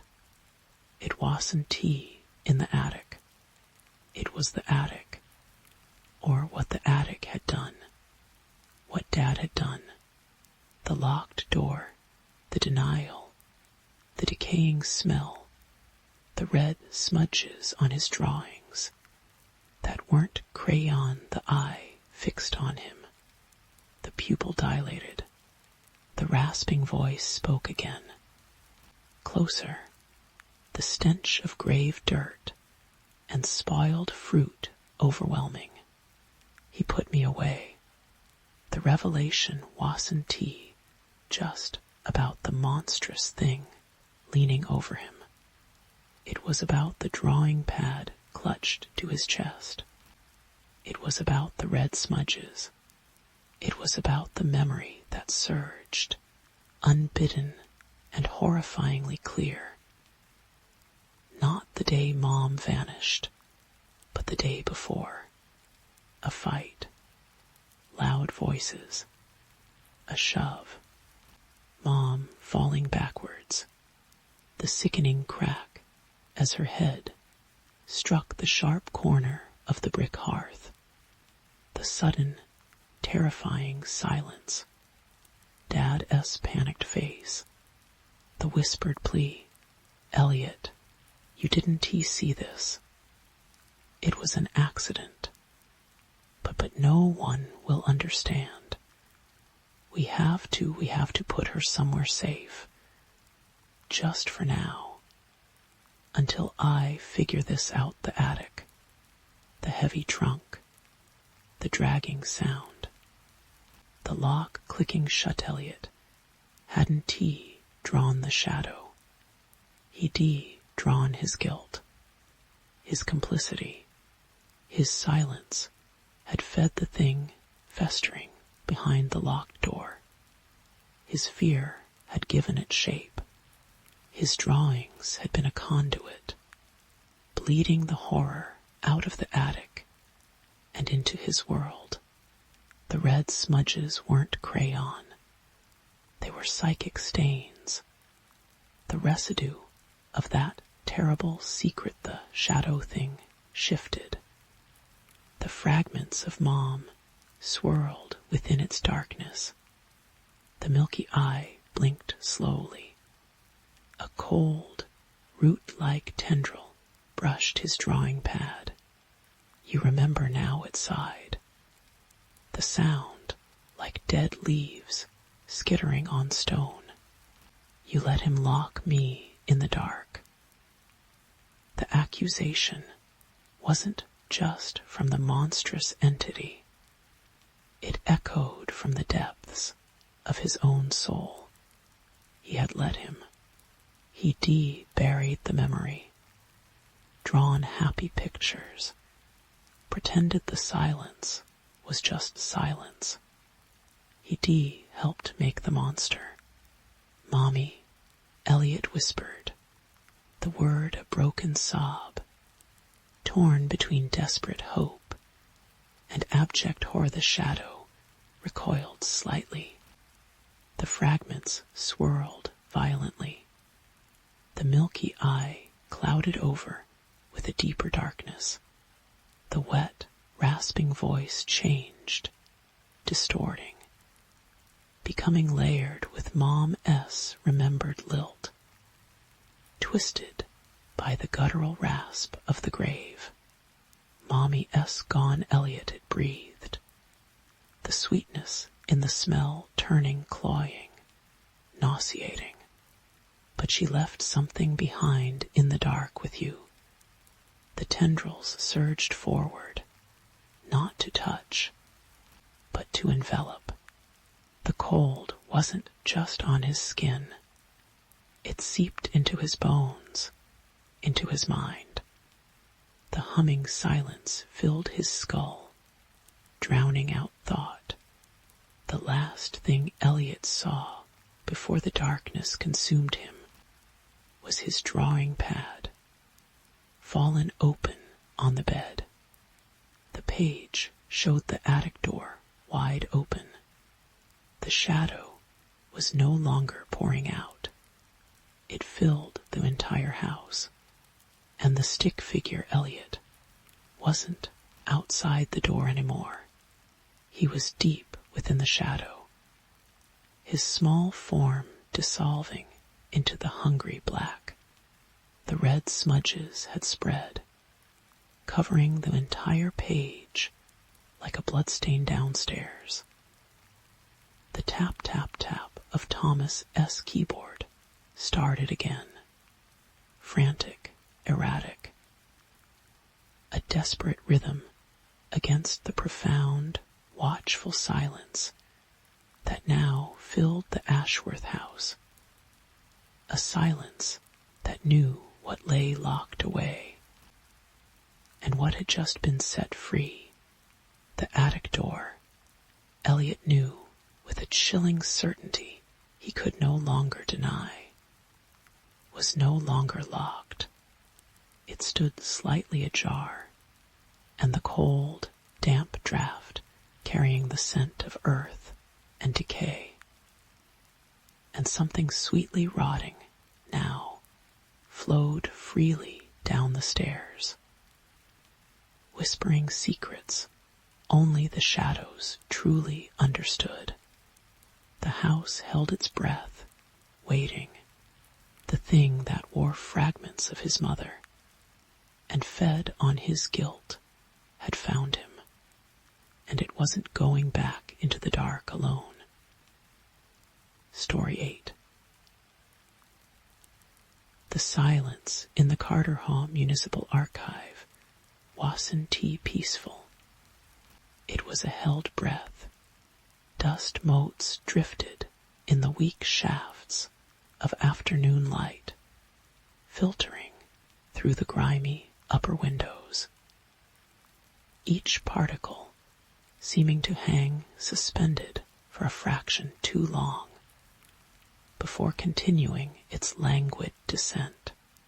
Elias Thorne, head archivist, and the archive S. only full-time occupant for the past decade, felt the familiar weight of the place settle around him. It wasn't just the accumulated paper and leather bindings. It was the sheer age pressing down, the forgotten whispers trapped between brittle pages. Today, however, the air felt different, thicker, colder near the back stacks. Despite the radiators clanking gamely in the October chill, Elias was cataloging a newly acquired collection, the personal papers of the late Professor Alistair Vance, a notoriously eccentric historian, obsessed with local folklore concerning the hollowing. Vance's notes were a chaotic mess. Maps scrawled on napkins, timelines that doubled back on themselves, frantic marginalia in a spidery hand that spoke of sleepless nights and fraying sanity. One phrase recurred with unsettling frequency. It drinks the moments between shivering. Elias pulled his worn cardigan tighter. The archive's usual ambient temperature seemed to have dropped several degrees near box 17. Vance's most disordered collection. He attributed it to the ancient stone foundations, radiating cold. Yet the chill felt focused, like standing near an open freezer door in an otherwise warm room. He rubbed his arms, his skin prickling with goose flesh that had nothing to do with the temperature. A faint scent, metallic and sharp like ozone after a lightning strike, teased his nostrils. Then vanished the first subtle manifestation was easy to dismiss. Elias meticulously placed a fragile 18th century land deed onto his work table. He turned to retrieve his magnifying glass. from the adjacent shelf. When he turned back, the deed was gone. Panic flared. Such a document was irreplaceable. He searched frantically, heart hammering against his ribs, only to find it precisely where he thought he left it moments before. Relief washed over him, followed by a cold trickle of unease. He knew he moved it. Hadn't he? The silence seemed to deepen. Listening over the next few days, the archive's subtle wrongness escalated. Documents Elias knew he had filed correctly reappeared in different boxes, sometimes bearing faint, damp smudges that smelled faintly of loam and copper. The cold spots migrated, lingering near him wherever he worked. The ozone scent grew stronger, clinging to the back of his throat. He started hearing things. A low, wet clicking, like stones shifting underwater, that stopped the moment he held his breath. A faint, rhythmic sighing that seemed to emanate from the very walls. He'd spin around, flashlight beam cutting through the gloom, revealing only shifting shadows that seemed deeper, more substantial than they should be one afternoon. While attempting to decipher Vance's frantic notes on a supposed convergence point beneath Carterhaw, Elias felt it. A sudden, profound sense of absence. Not emptiness, but a sucking void. A place where time itself seemed to thin and fray. It emanated from the archive's oldest section, the crumbling brick vaults built into the hillside foundations. The air grew thick and heavy, resisting his movement. The shadows near the vault door didn't just deepen. They coagulated, forming shapes that hinted at impossible angles and depths that defied the room's geometry. A wave of pure, primal dread washed over Elias. So intense it felt like ice water dumped down his spine. His legs trembled. This was no draft, no trick of the light. Something was there, something ancient and utterly alien, pressing against the fabric of reality from some unfathomable elsewhere. He stumbled back, knocking over a stack of ledgers. The crash echoed like a gunshot in the stillness. The oppressive feeling receded slightly. The coagulated shadows retreating to mere darkness. But the ozone smell lingered, sharp and acrid, and the silence now felt watchful. Hungry Elias began researching in earnest, driven by terror. Vance's fragmented notes painted a horrifying picture. The hollowing wasn't a place, but an entity, an ancient, parasitic consciousness existing outside linear time, drawn to locations saturated with forgotten history and human desperation, like archives, battlefields, prisons.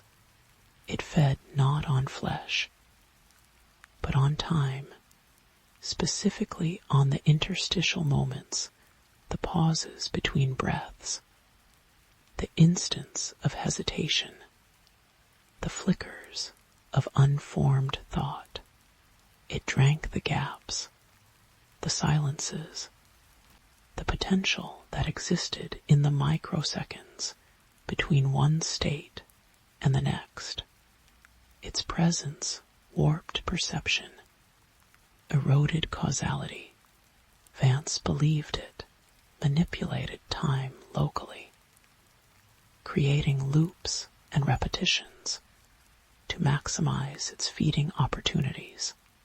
Its true form was unknowable, glimpsed only as distortions in shadow, ripples in the air, or the terrifying sense of profound, sentient absence. Its name, scrawled in Vance's shaking hand, was a chilling approximation. Chronophagos. The time eater, the manifestations grew bolder, more intrusive. Elias would find pages in Vance's notes he knew he hadn't seen before, detailing the chronophagos' methods in horrifying clarity. Descriptions of victims trapped in recursive moments, reliving the same few seconds of terror for subjective eternities, while the entity gorged itself on their stolen time. He saw fleeting distortions in the polished brass fixtures' reflections that wherein his own, showing a gaunt, hollow-eyed version of himself screaming soundlessly. The cold spots became icy vortices that sapped his strength and left him shivering for hours. The wet clicking sound now seemed to originate just behind him, accompanied by a sensation of cold, damp breath on the nape of his neck one night. Working late, the single bulb above his desk flickered violently, plunging him into near darkness. In the strobing light, the shadows in the corner of the vaulted ceiling detached. They flowed like viscous oil, coalescing into a shape that defied understanding, a shifting mass of impossible angles and depths that seemed to absorb the weak light rather than reflect it. At its core pulsed a deeper darkness, a void that made Elias's mind recoil. A wave of crushing temporal dissonance washed over him. He felt seconds stretch into agonizing minutes, then snap back with whiplash speed. He saw glimpses fragmented, horrifying of himself, hunched over the same desk, repeating the same frantic motions, over and over, each iteration looking more haggard, more terrified. It was feeding, right now, feeding on him. He bolted, not towards the main exit, which suddenly seemed impossibly far away, its doorframe shimmering like a mirage, but towards the old coal chute access in the foundation level, a rusted metal door he hadn't opened in years. His breath came in ragged gasps, each exhale pluming white in the unnatural cold. The clicking sound pursued him, synchronized with the frantic hammering of his heart.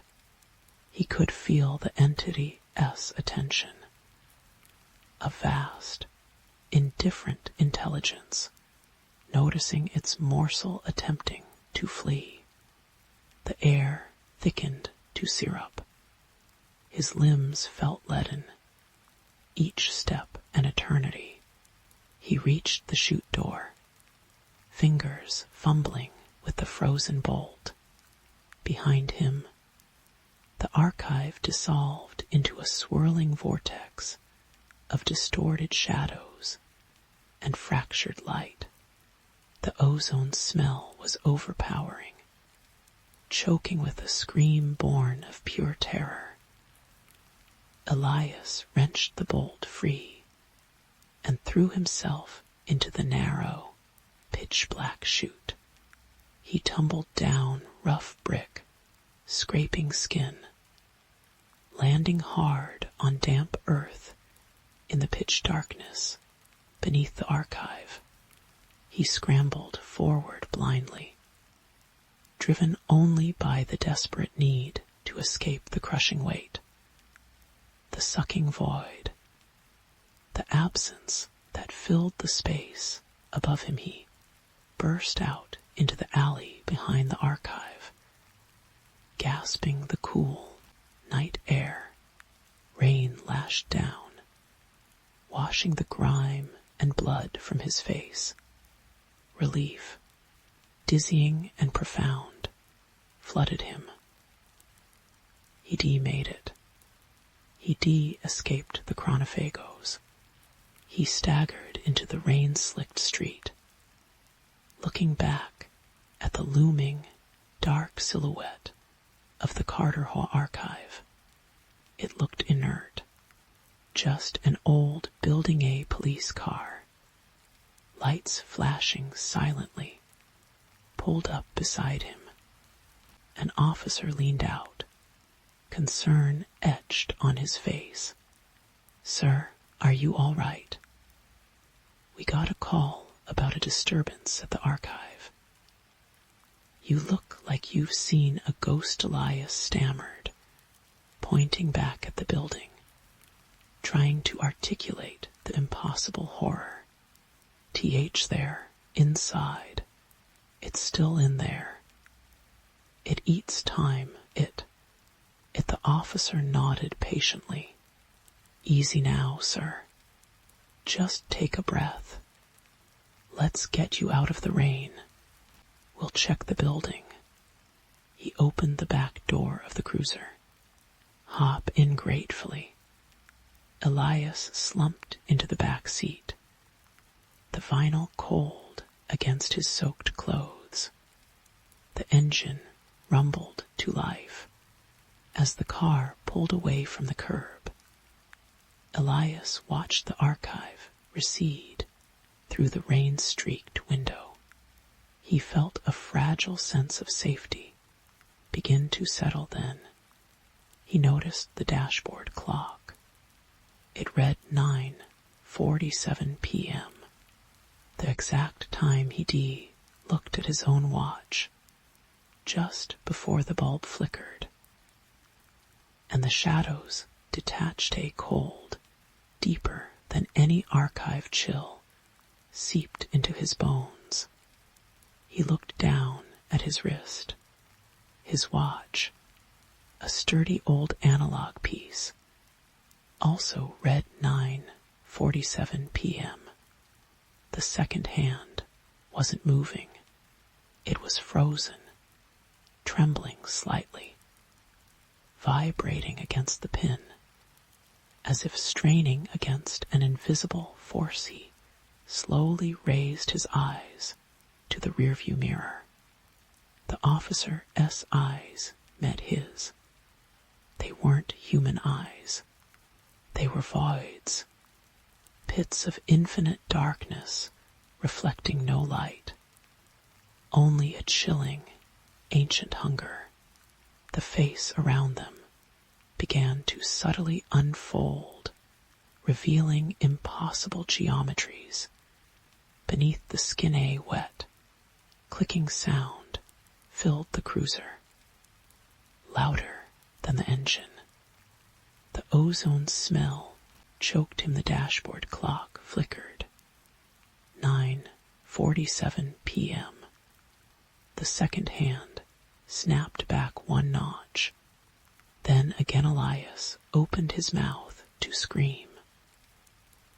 but the sound was swallowed by the suffocating silence. The terrible, stretching moment between one tortured heartbeat and the next. The chronophagos had followed its meal. Escape was a delicious illusion, a carefully curated moment of false hope. The ride wasn't towards safety. It was the beginning of the loop.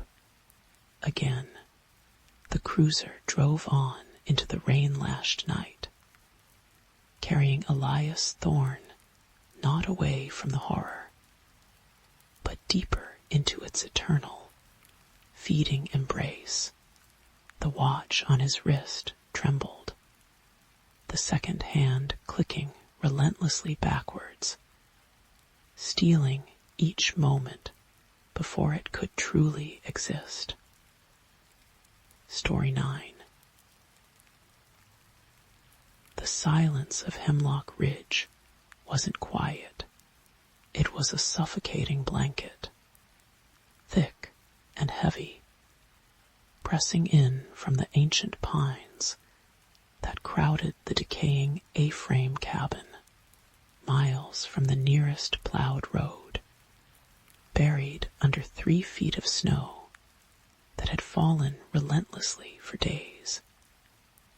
It wasn't solitude Sarah had sought.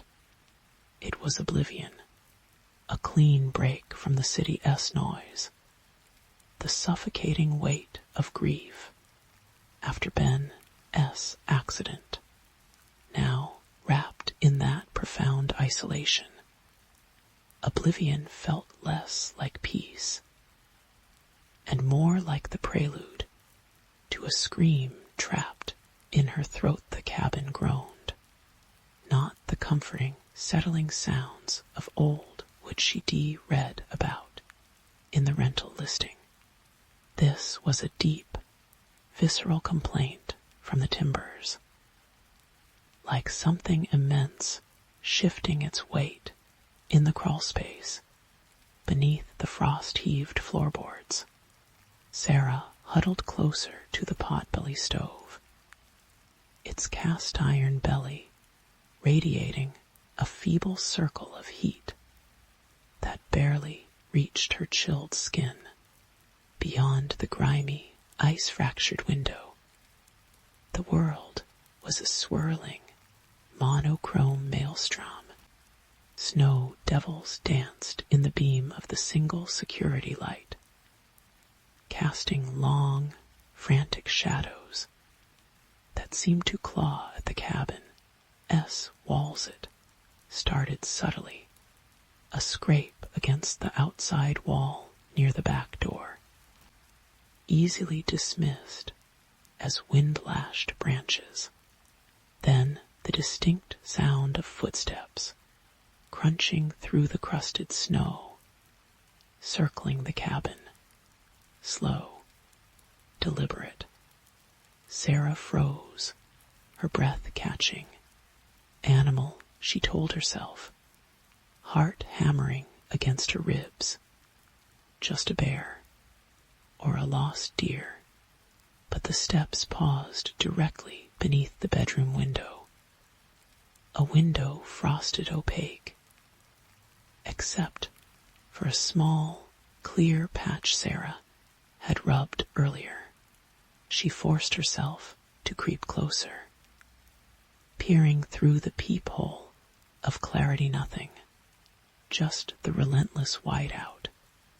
Relief, thin and shaky, washed over her. She turned away. Tap. A single, sharp impact against the glass, like a frozen pebble. Sarah whirled back. Still nothing visible, but the small clear patch was now fogged, as if something warm and breathing had pressed against it from the outside solitude. She realized with dawning horror, wasn't tea just the absence of people? It was an amplifier. Every creak of the cabin became the footfall of an intruder. The howl of the wind carried whispers. She couldn't quite decipher fragmented syllables that sounded chillingly like her name. The shadows cast by the flickering kerosene lamp deepened, pooling in corners, seeming to writhe with independent life when she looked away. Her own reflection in the dark window became a stranger, pale and wide-eyed. Her features, subtly wrong in the wavering light days, bled together, measured only by the dwindling pile of split logs and the deepening hollows beneath her eyes. Sleep was a treacherous minefield. She'd drift off, exhausted, only to jerk awake minutes later, convinced she'd heard a floorboard groan under an impossible weight in the hallway, or worse, the soft, wet sound of sniffing beneath her bedroom door. Paranoia became her constant companion. Was it the isolation cracking her mind, or was there truly something out there, patient and predatory, waiting for the storm to break or for her sanity too? The footprints appeared the third night. She woke shivering. The stove had died to embers, fumbling for matches. Her flashlight beam swept across the floor near the front door. Not snow melted from her boots. These were distinct, large prints, melted into the worn pine boards. They led from the door towards her bedroom and stopped right at the threshold, as if whatever made them had stood there, watching her sleep. They were humanoid, but elongated, the toes unnervingly pointed, and they smelled faintly, sickeningly, of wet earth and ozone panic, cold and sharp, sliced through her. She barred the flimsy bedroom door with a chair. Clutching Ben-'s old hunting knife, pitiful defense against the formless dread solidifying around her. The wind screamed like a banshee. The cabin groaned louder, the timbers shrieking under an unseen strain. Was it the storm, or was the cabin itself being tested, pushed? Then came the whispers, not from the wind, close, intimate, a dry, papery rustle, like dead leaves skittering across stone, forming words just below the threshold of clear hearing. It seemed to emanate from the walls themselves, from the frozen ground beneath the floor. Sarah, cold, so cold, let me in. She pressed her hands over her ears, rocking back and forth on the bed. It not real. It the isolation, the grief. It just me. But the conviction rang hollow. The malevolence felt too specific, too hungry. The environment wasn't just indifferent. It felt actively hostile. The snow wasn't merely trapping her. It felt like a shroud, deliberately drawn tight. The pines weren't silent sentinels. They felt like conspirators, their branches scraping the roof like skeletal fingers on the fifth day. The storm slackened, revealing a world utterly transformed. The snow lay pristine and impossibly deep, swallowing trees up to their lower branches. No sign of the footprints outside. Hope, fragile as an icicle, pricked her. Maybe she had imagined it all. Maybe the silence had broken her. She needed proof, needed to see the back wall, where the scraping had been bundled in every layer she possessed. She forced the front door open against a drift. The cold stole her breath, biting deep into her lungs. Sunlight, weak and filtered through high clouds, glinted blindingly off the snow. She trudged around the side of the cabin, the snow sucking at her boots like cold quicksand. The world was utterly silent. Muffled, she reached the back corner. The snow was disturbed here, churned up as if something large had paced, and on the cabin's weathered siding, just below her bedroom window scratches, deep, parallel gouges raked into the wood, 4 of them, like claws nausea, rose in her throat. She stumbled back, her boot catching on something half-buried.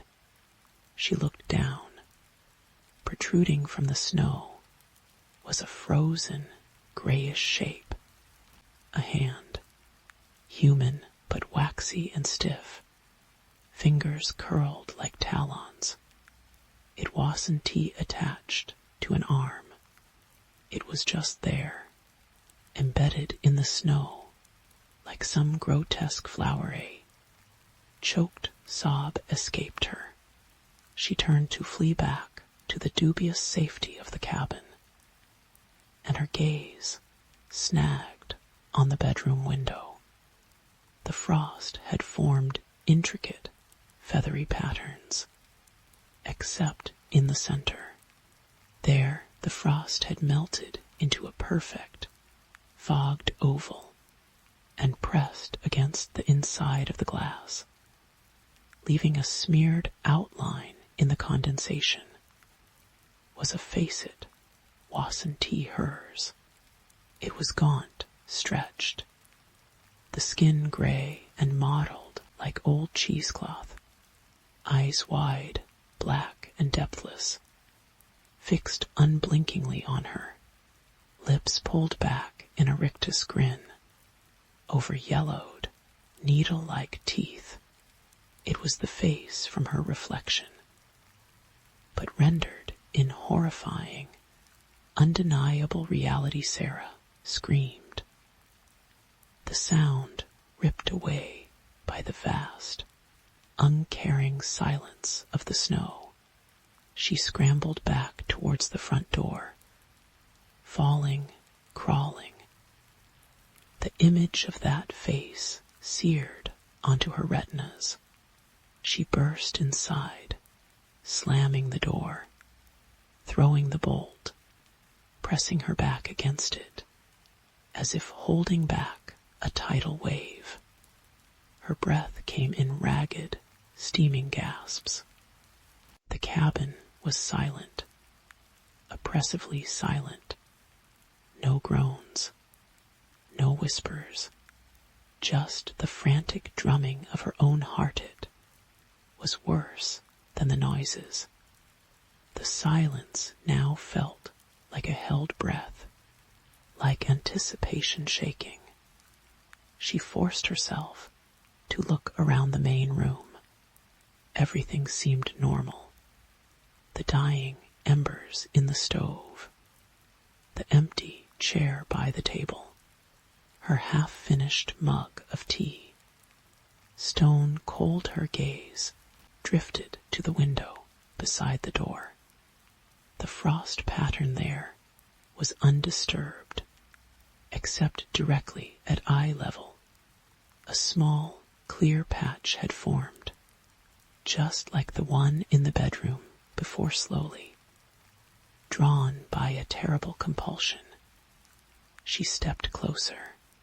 She leaned in, peering out into the blinding whiteness of the snow-covered clearing reflected in the glass.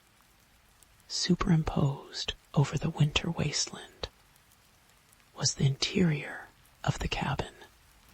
Her own terrified face stared back, and standing directly behind her, close enough to touch, was the gaunt figure. Its gray, clawed hand was raised, not towards her, but towards the reflection of the door, S, inside bolt.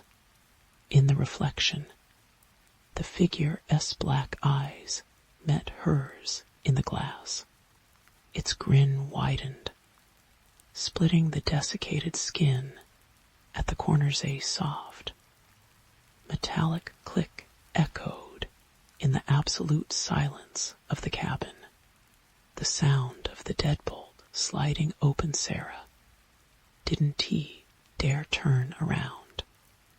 The reflection held her captive. She saw the figure, S' other hand, the one not on the bolt, slowly rise from behind its tattered shroud of darkness. It reached towards the back of her head, fingers like frozen twigs, inching closer to her hair outside. The wind began to rise again, whistling through the pines. It didn't sound like wind anymore. It sounded like laughter, and the snow against the window pane began to melt, not from her breath, but forming two distinct, steaming trails, as if something unseen pressed against the glass from the inside. Looking out, the cabin groaned, a final yielding sigh, as the doorknob behind her began, very slowly, to turn.